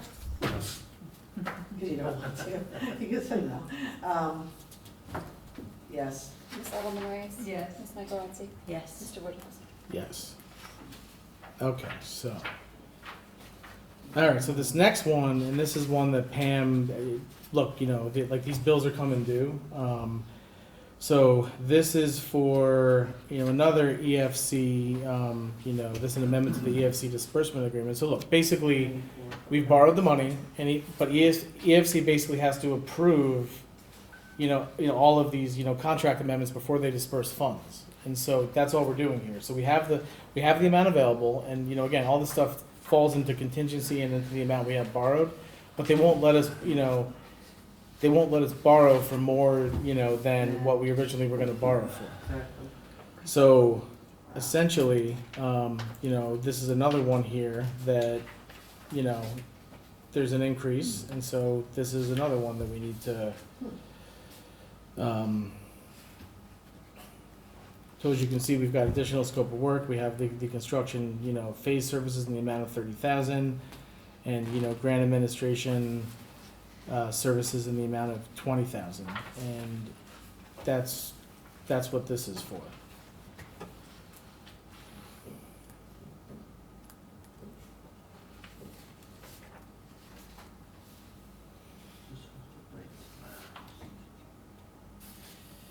So that's, I mean, look, we amend these all, these contracts all the time as we go through these, And just so we're clear, this isn't for existing bills, correct? This is in case you need to pay Yes. additional bills. So you amend the contract to up the amount, and then EFC will let you draw down on it. But you're not necessarily spending this money, you still will approve the bills if and when the work is done. yes, the bills are still gonna come through. So basically, look, Okay. so this, we'll approve this, and then you'll see, how you always see like a whole stack of, like, you're gonna get a whole bunch of these now, like, and you'll see it in cycles where you're like, why are we, voting on the warrant to pay like $300,000 Right. and different costs, but they won't even like disperse the money, and like we're hitting, there's certain timeframes with EFC that you have to meet, like windows when you're doing things, and so this is like, we're starting to hit that window where we have to have these approved, so they'll, Well, you're absolutely right, but this particular one, you're not gonna see in the warrant. This is an administrative adjustment to the contract, so that you can draw down additional amounts in the event that they yes, need yes. to. So- Right, I understand. So if I could get an authorization to approve this additional services authorization number 4 for MHE number 17-1425 for the inflow and infiltration and surcharging mitigation project. So moved. Second. Mr. McCarty? Yes. Ms. Scott? Yes, this is 2018, so, okay. 6 years ago, yeah. I know. Ms. Edelman Reyes? Ms. Yes. Edelman Reyes? Ms. Michaelozzi? Yes. Mr. It's Woodhouse? accrued interest, Yes. compound. All right, so next, I have, this is the Park Development Grant Program. So this would be for that Parks program, Parks Grant Program that we spoke about last week, having Millennium write that. This would be for that one. We do have the funds in our account for that. This is under the grant writing, Yeah, this is under grant writing. I'll get to the next one later. I understand. So, we have the funds for it, and we're gonna basically be submitting for, different pieces of, we'll decide what goes in it. They're probably pretty similar to last year, which will be, rain gardens, walking path, redoing the ice house. If we get it, this then kind of, like the way like the New York Forward projects works, we got the Riverlight Park project, but what they want you to do is apply for additional grants so that you can kind of like, move around money as it comes in. So if we get awarded this, that then frees up some of that New York Forward money to go to other things that we want to do in Riverlight Park. So the goal is to, submit this, and hopefully this is awarded. Whereas the town board has before it a proposed agreement between Millennium Strategies LLC and the town of Cornwall to apply for a park development grant through the New York State Office of Parks, Recreation, Historic Preservation, and whereas it would be in the best interest of the town to approve the proposed agreement with Millennium Strategies LLC. Now therefore be resolved as follows. 1, that the town board hereby approves the annexed agreement between the town and Millennium Strategies LLC. 2, that the town board authorizes the supervisor to execute the agreement on behalf of the town and any documents necessary to secure performance under the said agreement. Can I get a motion to approve? So moved. Second. Mr. McCarty? Yes. Ms. Scott? Yes. Ms. Edelman Reyes? Yes. Ms. Michaelozzi? Yes. Mr. Wojciechowski? Yes, so this next one, and this, look, this wasn't on last week, but essentially, look, our comp plan is now over 5 years. There's gonna be reason to make some either minor tweaks or upgrades, or there's some other things that are gonna need to be done. Not necessarily this year, we need to wait to see how some things resolve, but next year would be the time, or the year after. Comp plans are expensive to do, it's all professional services, and so this allows us to get up to $75,000, in costs that could be used to pay planner, attorneys, engineers to do studies, to justify whatever it is that we're looking, to come out with. There is a 10%, match requirement. So if we get 75, the town would have to put in 7,500. But I can assure you, like, we would be, if we don't get this grant, I mean, the cost to do a comp plan is a lot more than $7,500. Prior to the one that we've done, like, the more recent, how many years did we have between that one? Because you've been here. It varied wildly. You have a longer track record. Yes, I'm feeling the weight of my years. Yes, that's right. It's okay. But the point is that it varied wildly in terms of when the town would do the comp plan updates. It wasn't fixed every 5 years or every 10 years. A need would come up to make changes, and it would spur the board to want to undertake a comp plan. And as Josh rightly points out, work on comp plans is not cheap. I know it's not. It's a lot of gathering statistics, collating materials, and if you want it to be a readable document, quite a bit of drafting goes into it, not to mention the printing costs and everything else. So if you can get this grant, you're just applying for it here. I mean, Yeah, no, I'm just you'd trying have to. a fair leg up on a comp plan update if that's what you decide to do. You decide you're not going to do it, you can turn the grant down, but it would be nice if you had that option. I just feel like we've just done, I know it's been 5 years, but we've just. No, but I mean, you gotta think about it, like, a lot has changed in the Wow. world since 2019 when we adopted this, and That's there's, 5 years, but that's better than a lot of municipalities have look, I understand, I mean, I think that, the public has certainly expressed interest about, looking at, having more, public input, and I mean, this allows you to do more on that front. And look, and this would, I would pull these funds from the EDAC committees. I mean, this is the kind of like planning and, So the smart. grant you're gonna pull from the EDAC budget line? Yes, I would pull this from the EDAC budget line, because I think this fits within like planning and smart growth and looking at a whole bunch of different things that I think will be helpful long-term for our community. I mean, I think there's some stuff we probably got to get out ahead of, that it makes sense to just, and look, I'm not saying we do it this year, but I don't think it hurts to do this.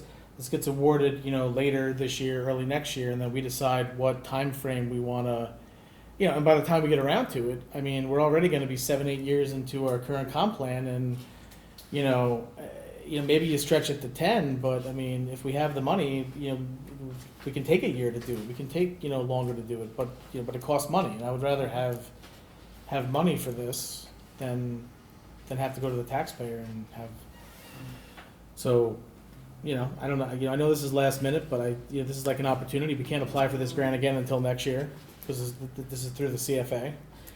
Can I ask a question? Yeah. Like this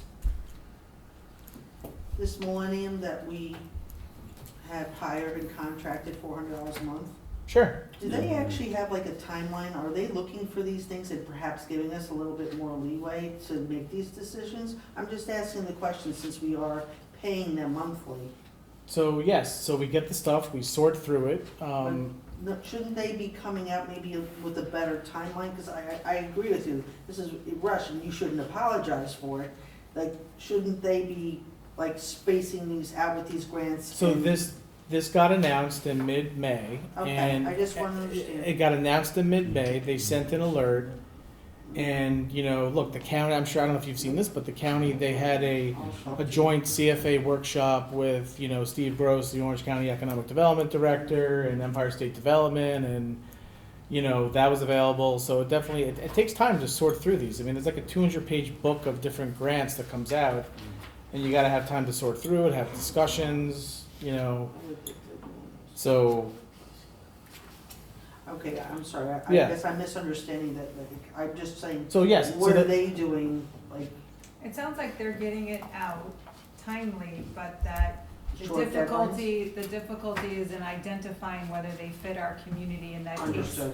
2 or 3 weeks to identify whether it fits our community, Right. and then to bring it before the board. then you have to have discussions with them to see, I mean, look, originally we were gonna try to have them write a Swim New York grant for us, but but instead we found out that round one was only going to, like, you know, certain priority communities. So Okay. then, so that's how we moved down, you know, we Right. moved on. It takes time, and I know it's Thank you not, for your explanation. yeah, It sounds like we have the money to. yeah, we do, Ask them to write the grant. we do. No, You're on it, right? You get it? I do. Yeah. I don't, so I gotta figure out why I'm not getting them. No, it's a lot. So, if, you know, Virginia, if you wanna, if you could. I'll talk to you. If you could send me an email after this, I will send this over to our grant writing contact, and if any of the board members want logins so they can view this, send me an email and I'll send it over to, Thank you you. know, to David, and I'll ask him Check to your add. junk I'll and check. Focus, I get it in my focus side, not in the inbox. How So interesting. I have to check Okay. the other side. That I see.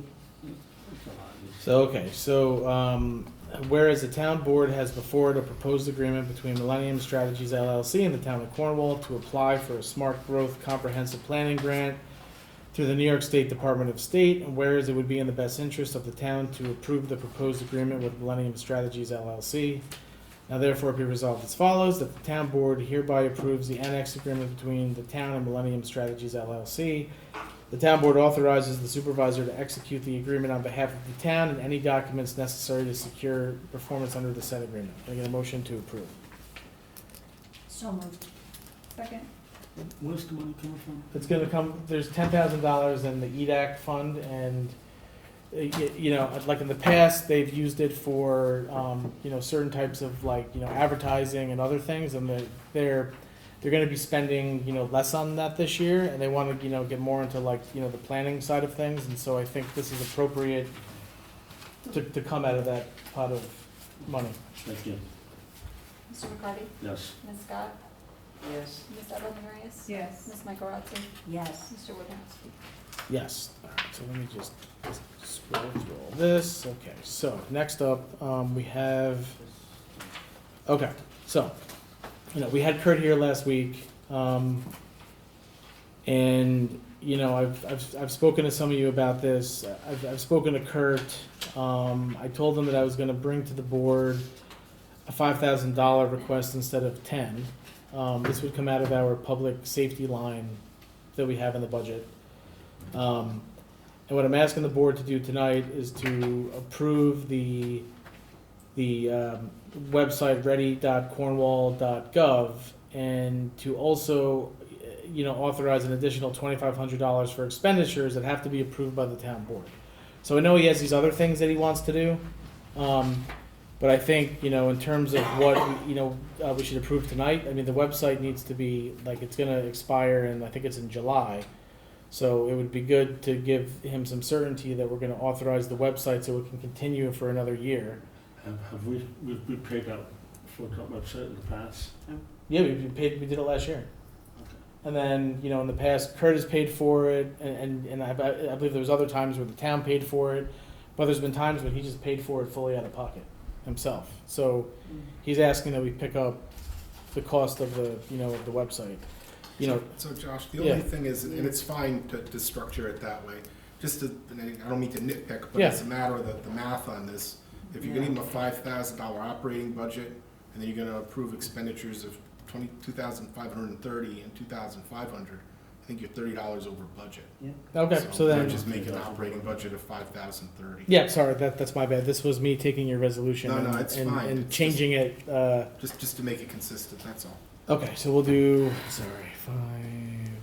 5,030, okay. In paragraph 1, just make it 5,030 as opposed to 5,000, I think you're all set. Gotcha. Is this gonna take care of, the website for another Yeah. whole year? So it's 2520 plus 20, of course I can't do Yeah, math, yeah. that's why, so it's actually 5,020.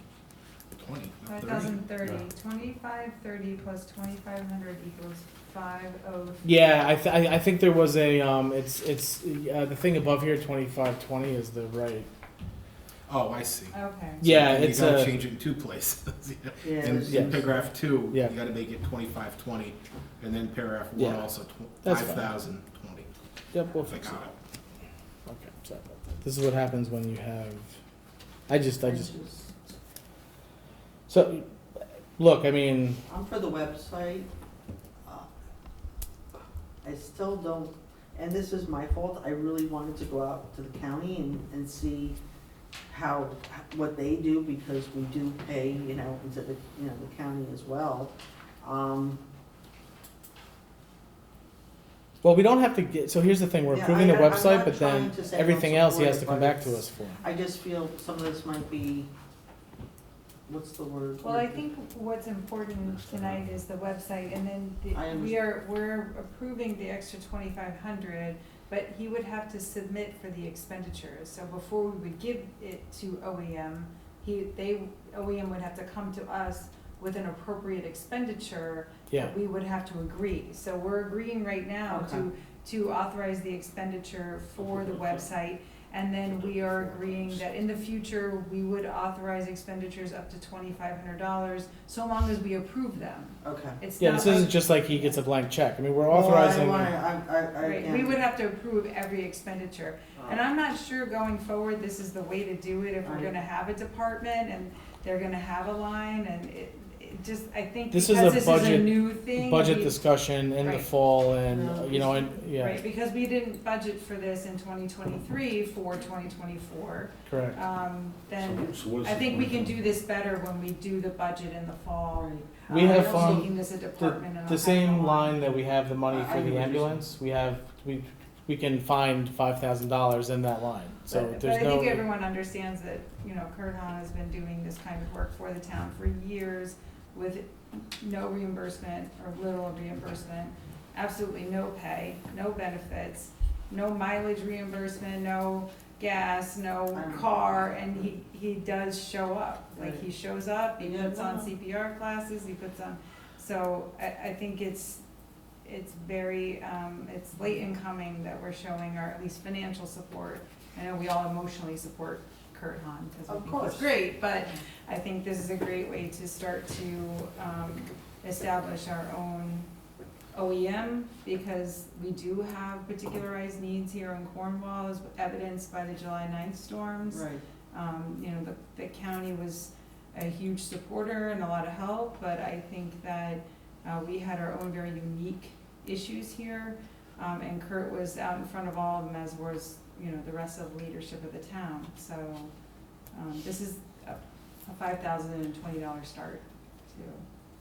And then we can keep looking into the, if increased expenditures are appropriate as they come along. Did you make a motion? I'm gonna right now. So- I just think we need to clarify, thank you, because, Yeah. I just think that it was. And I also, I think if I'm correct, and he's not here tonight, but I think he does it for other municipalities, or is it just Cornwall? I don't have it. He does, yes, he does. In He fact, does they this for give him other a budget too. municipalities as They give well. him, Highland Falls? yes, Yes, I had, I overheard that. yes, and I believe, I mean, look, he can certainly go to the, I mean, I believe the village is willing to chip in towards some of this too. Mhm. So if he's got an overall, need, I mean, certainly I think the village is gonna look at this too, but I think at a minimum, 5,000 seems It would be like, nice if the village would budget something like 2 and get him closer to the 10 that he Yeah. asked Yeah, for. exactly. But we'll see how Yeah. things unfold with them. Yeah.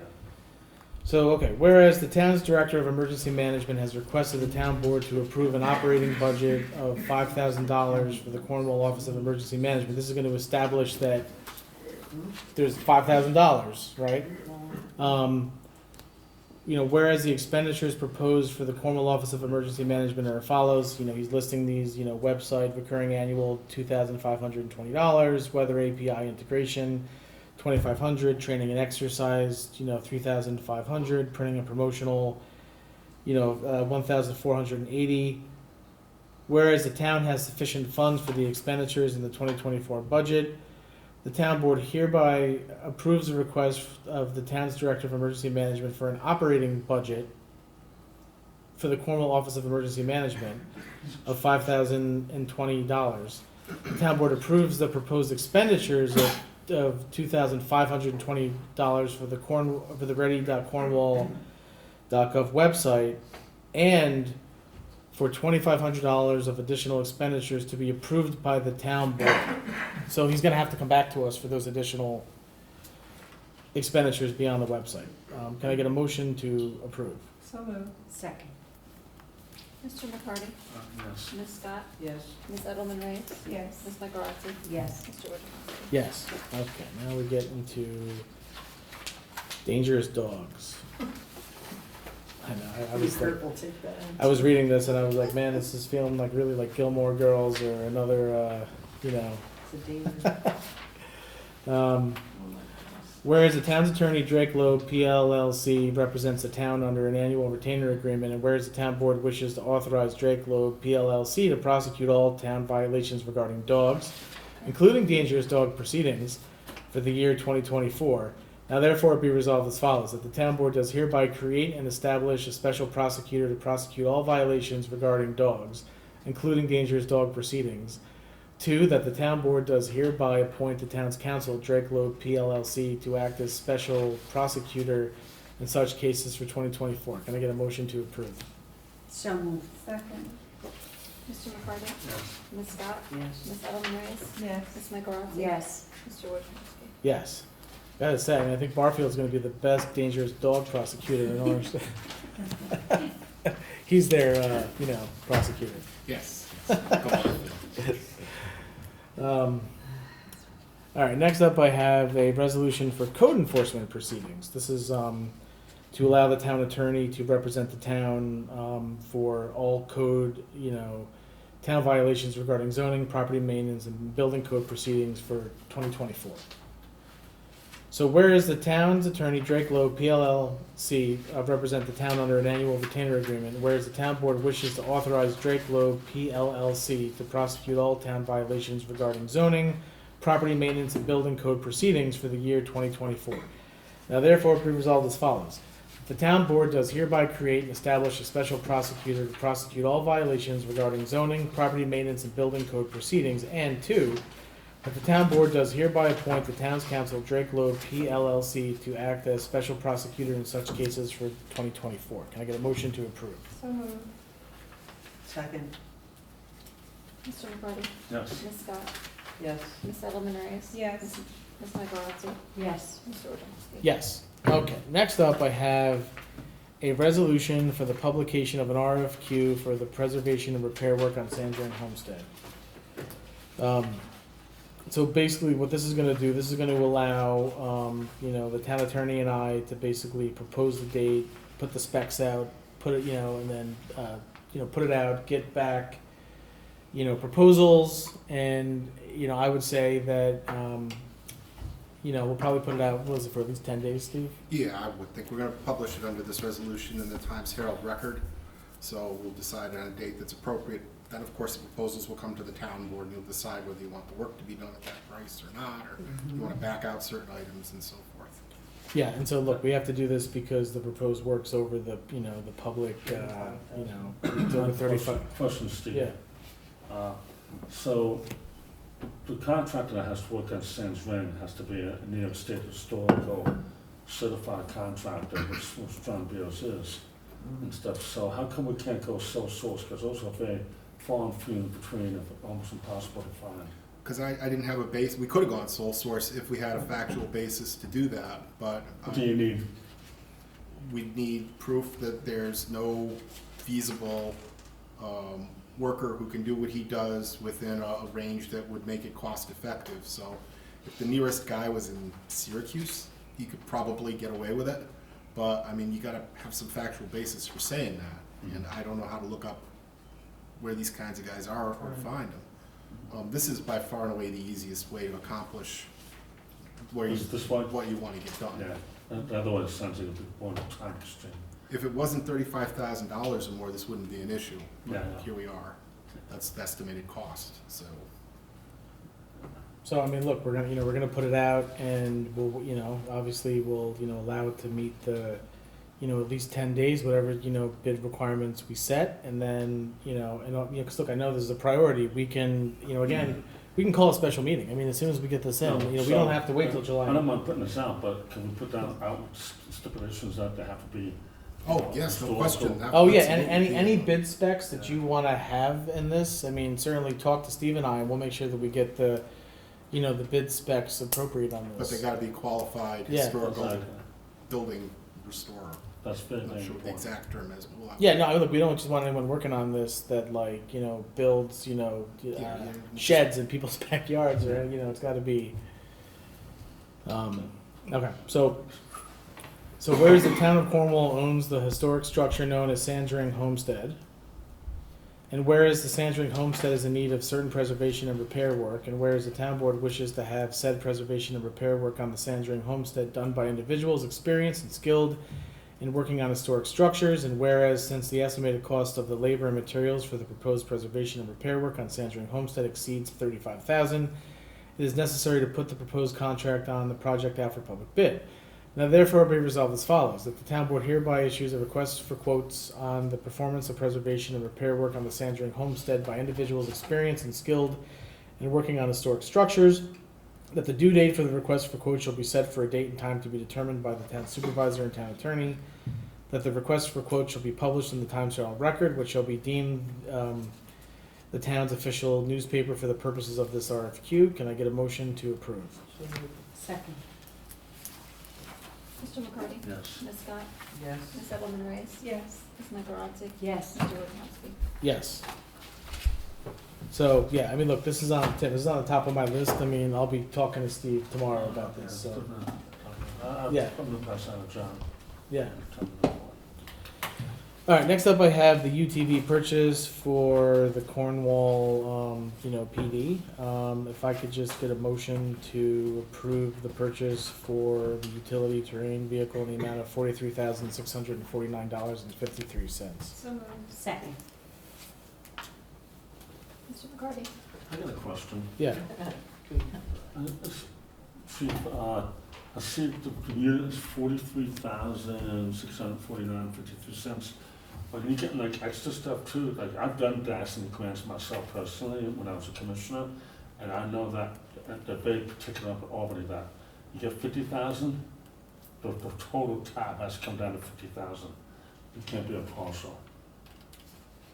I mean, they approved this. We've basically Like when you submitted. get like lights and like a winch put on, stuff Yeah, like that, you know. it's coming with, all the lights, the siren, we're gonna have to get it lettered. It's got heating, air conditioning. For instance, like, I'm gonna give you a live example. I went and got extrication equipment, $50,000 worth of extrication equipment, right? It came up to like 49,000 some odd, like, I'm not saying a couple of dollars. So I had to buy like a couple extra tips and stuff like that, so the bill came right to 50, because gas even now giving a reimbursement tractor trailer, and this was exactly 50,000. Oh, you have that this year now. That was Sounds about, like for me, it's that was already about, approved. that was about almost like 8 years ago. Yeah, I mean, we gave them this exact budget and we spoke to our grant officer and they were totally fine with what we, That's what it did with I me. mean, I didn't wanna just spend money on nothing that I didn't need, you know? No, I know that. I mean, I don't have an issue with getting a good thing. I think it's a wonderful thing. I'm just wondering if we get like extra stuff because you have to match 50,000. No? Because you're off by like a couple $100. Is that a yes, Mr. That's about that one. I thought it was just incredible, I found a UTV that cost $43,000. Yeah, You got a good deal, they- right? they- it's, well, government defense, but, yeah, if it's okay, it's, I'm just, I'm done. I'm shocked. That's a yes. That's a yes. Oh, yes, yes, yeah. Ms. Scott? Yes. Ms. Edelman Reyes? Yes. Ms. Michaelozzi? Yes. Mr. Wojciechowski? yes. So the good news is that we don't have any items received after the final agenda publication, so that's right, good news, right? Set a record. I did, I know. So, all right, so next up, committee reports. Look, I know some of you want to go about changing this, you know, how we do it. So I'm happy to, you know, like I know you had said that I'm like, just gonna get the highlights. yeah, exactly, so, yeah. So, Councilmember Reyes? Oh, you want me first? Yeah. So I liaise with the planning board, the ZBA, and the building department.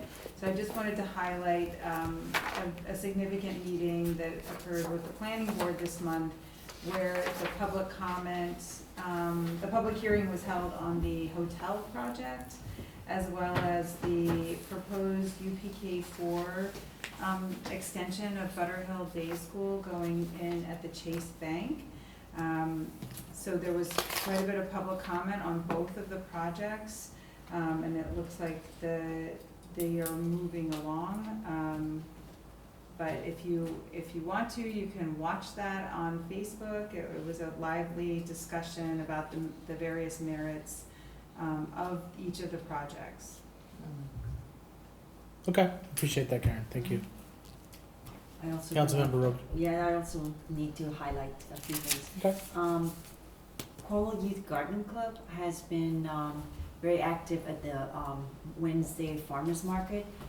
They have children's activities, they give out vegetables, seeding, and seed bombs, they call them. So they have got a lot of collections for the compost, and now the few things that James Jackson has sent me here is they're gonna be hosting scout troop for gardening and compost lesson on Saturday, June 22nd from 2 to 4 p.m.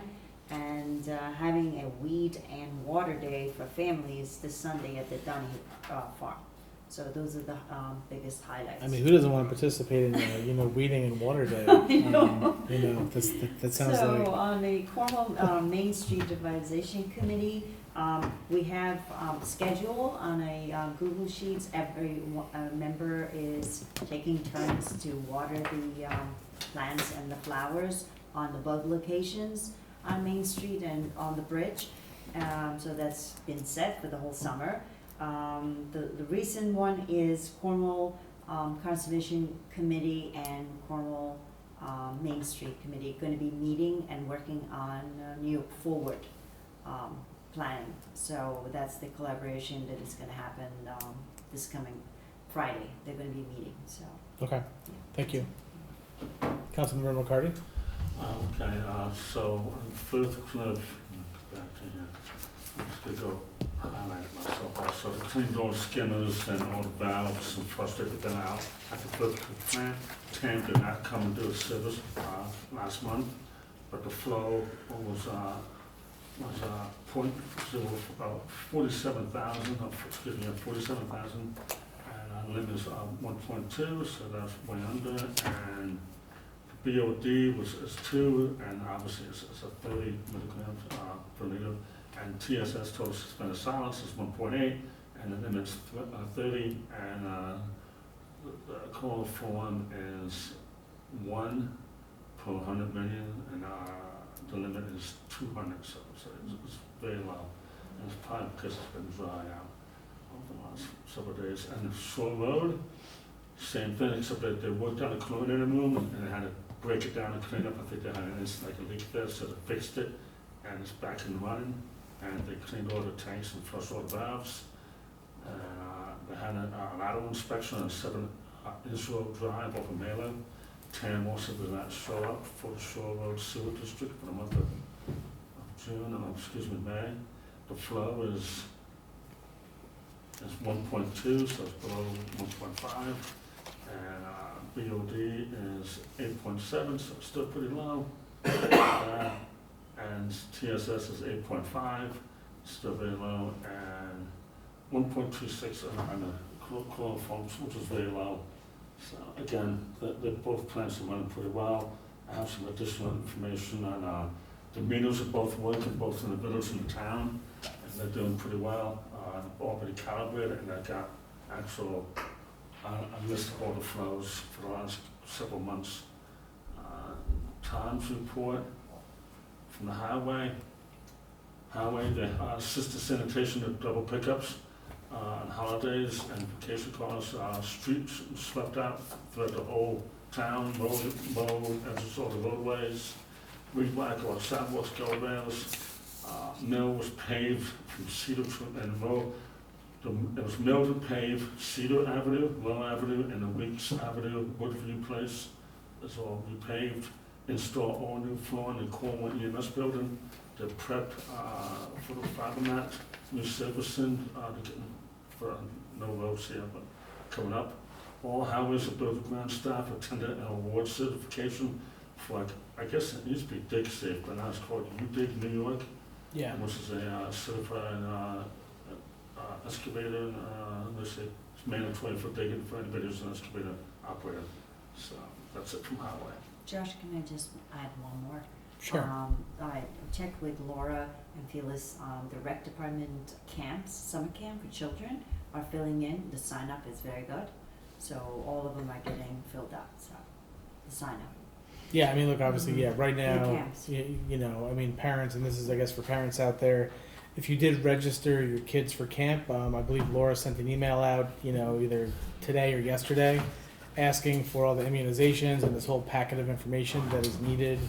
So please get that back to Laura, so that you can, you know, make sure that everything is, you know, moves forward for your, you know, for your child. So please, you know, respond back, get that back to them. Councilmember Scott? Okay, for the Senior Advisory Committee, we're meeting this Monday, the 24th, at 1 p.m. Again, reporting on the Friendly Visitor Program. We've had 143 services this month, which nets $2,141.43 worth of services. We are now up to a total of $9,905.96, which, you know, we made the investment of $10,000, so we're doing really well. I think I'm pleased that we've gone from about 80 services to 143 from, you know, the beginning of the year, like per month. So the average is getting better and better, and we are adding volunteers. So I thank all the volunteers that are enrolling in this program.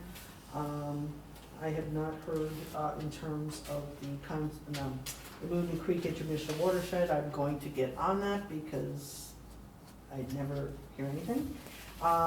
Do you have an update with the charging stations? Yeah, so okay, so this is kind of, I don't mean to put you on the spot. no, actually, I was Today. gonna, so basically, you know, we had connectivity issues, we did Right. upgrade, we now have public Wi-Fi in that part of the park that extends all the way, covers the farmer's market, covers when, so what I'm trying to figure out is, do I just, you know, and the public can have, it doesn't have a password, I wanna say it's Wi-Fi, all lowercase, at park, all lowercase, and if you're in that part of the park, you can tie into Wi-Fi, and it's perfectly okay. Each user is going to be limited to a certain amount of bandwidth, so if you're like, you know, trying to do something pretty intensive, you're not going to be able to do it. But if you're just checking your email or you're looking on a website, you can do it. So we should probably, you know, post that somewhere over there by the bandstand. I spoke to New Windsor IT; they're totally okay with us doing that. They did that in their own parks too. Okay. But so we had to, like, the reason for adding that was because we needed it for the EV chargers. So, Right. like, a benefit was the public Wi-Fi. So that got added. Tommy and I, and he's not here tonight, but him and I, and actually, Chief Gephardt too. And these are, the consultant gave us, videos and instructions on how to basically tie in, the juice boxes, which is what they're called, into the Wi-Fi network. And we tried for half an hour in 100 degrees, like, I really fainted trying to do it. We do have scheduled for Thursday at 3:00 with the consultant, Thursday at 3? for juice box and real-term energy.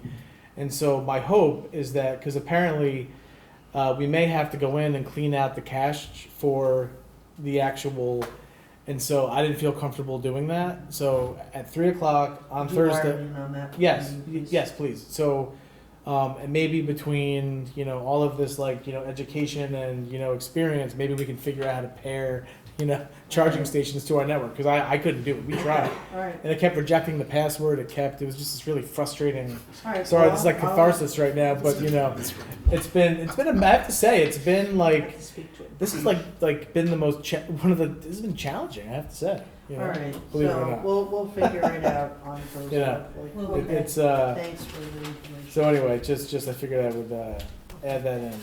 The only other comment, I really just want to thank the county Public Works. They've really been doing an outstanding job in terms of the circle and the bridge project. I've got a lot of compliments from residents, even members of the garden club, how sensitive they've been to the circle, and they've really done a nice job. So I just wanted to thank the county contractor for doing this. They're doing a great job. Yeah, I would definitely concur with that for sure. I definitely was a little skeptical about how easy it was going to go with all of this, and They did a nice they've done a job. They're good really job of. very well laid out now. So very pleased by that. All right, so I'm gonna be real quick here. So I'm just gonna do quickly with with the police report. Look, really nothing out of the ordinary here. I mean, obviously, and I know Tim touched upon this last meeting, but certainly putting those AEDs into the police vehicles and having that saved a life. And I know that we'll probably be talking about that next month at some point. But that's definitely a good. That's definitely a good thing. The other thing, New Windsor EMS, I think really the numbers that kind of count on this is, look, 100% of calls covered, and we have, 5 minutes and 10 seconds response time, right? Like, those are two fantastic numbers, that we have. Response times are coming down.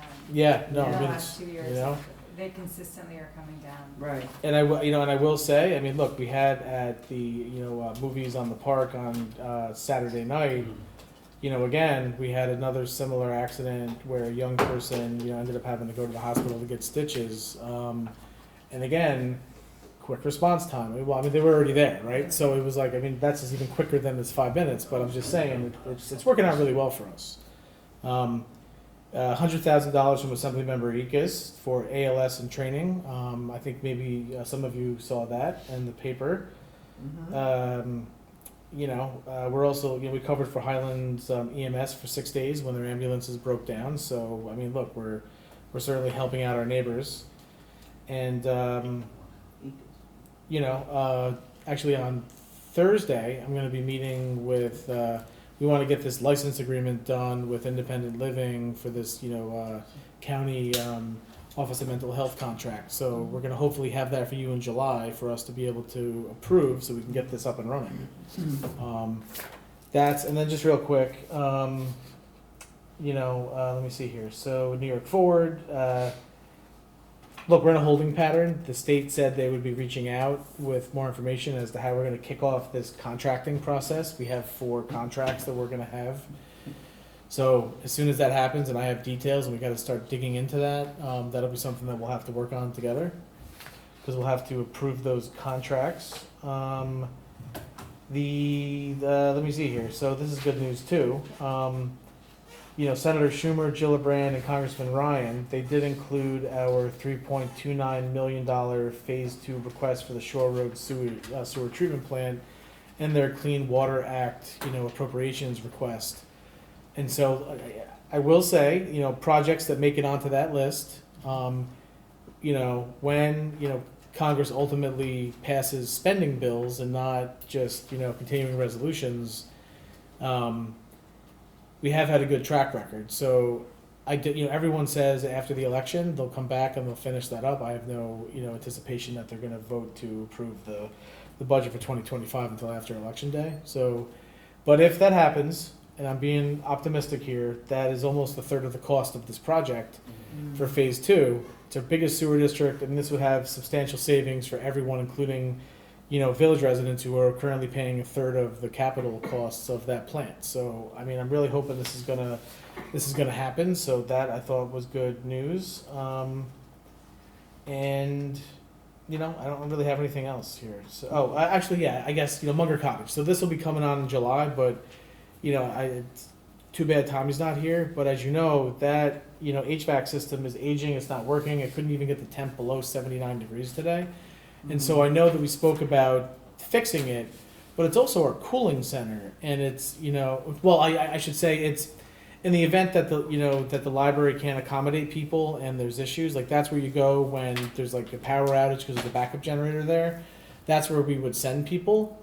So, but the cost to fix the HVAC on the whole building is going to be in the tens of thousands of dollars. And so in my mind, given that we're having, a heat wave and we're having these other, things happen, I really think even though it's an unbudgeted expenditure, if this is something that the community is going to rely on, I really think we got to replace it because, even though the county has cooling centers, it's how it is. People want to go to where they live. They're not going to want to go and travel out into the county. Well, Munger College is very important to our seniors. Yeah. This So, is dying. Not just that, but I'm just saying, yeah, so Tommy told me today they couldn't get, the temperature below 79 degrees. So, yes. Okay. So anyway, this will be on, this is something we've got, and I know you mentioned this maybe last, at a previous meeting about just making repairs, but I really think we got to replace it, given that it's like an emergency, this is what And people. Tommy will come and talk Yes, he will. to us about that? Yes, exactly, Okay. but I just wanted to, Or we could reach out to him yeah, in you the could- interim. exactly, and if we Okay. got to put this on for a special meeting, because we want to just have them get quotes and we want to approve it before the next meeting, if the board feels like this is something we should do, certain, but yeah, talk to him, please. Absolutely. So do we have a backup plan in the meantime while we're waiting for this to done?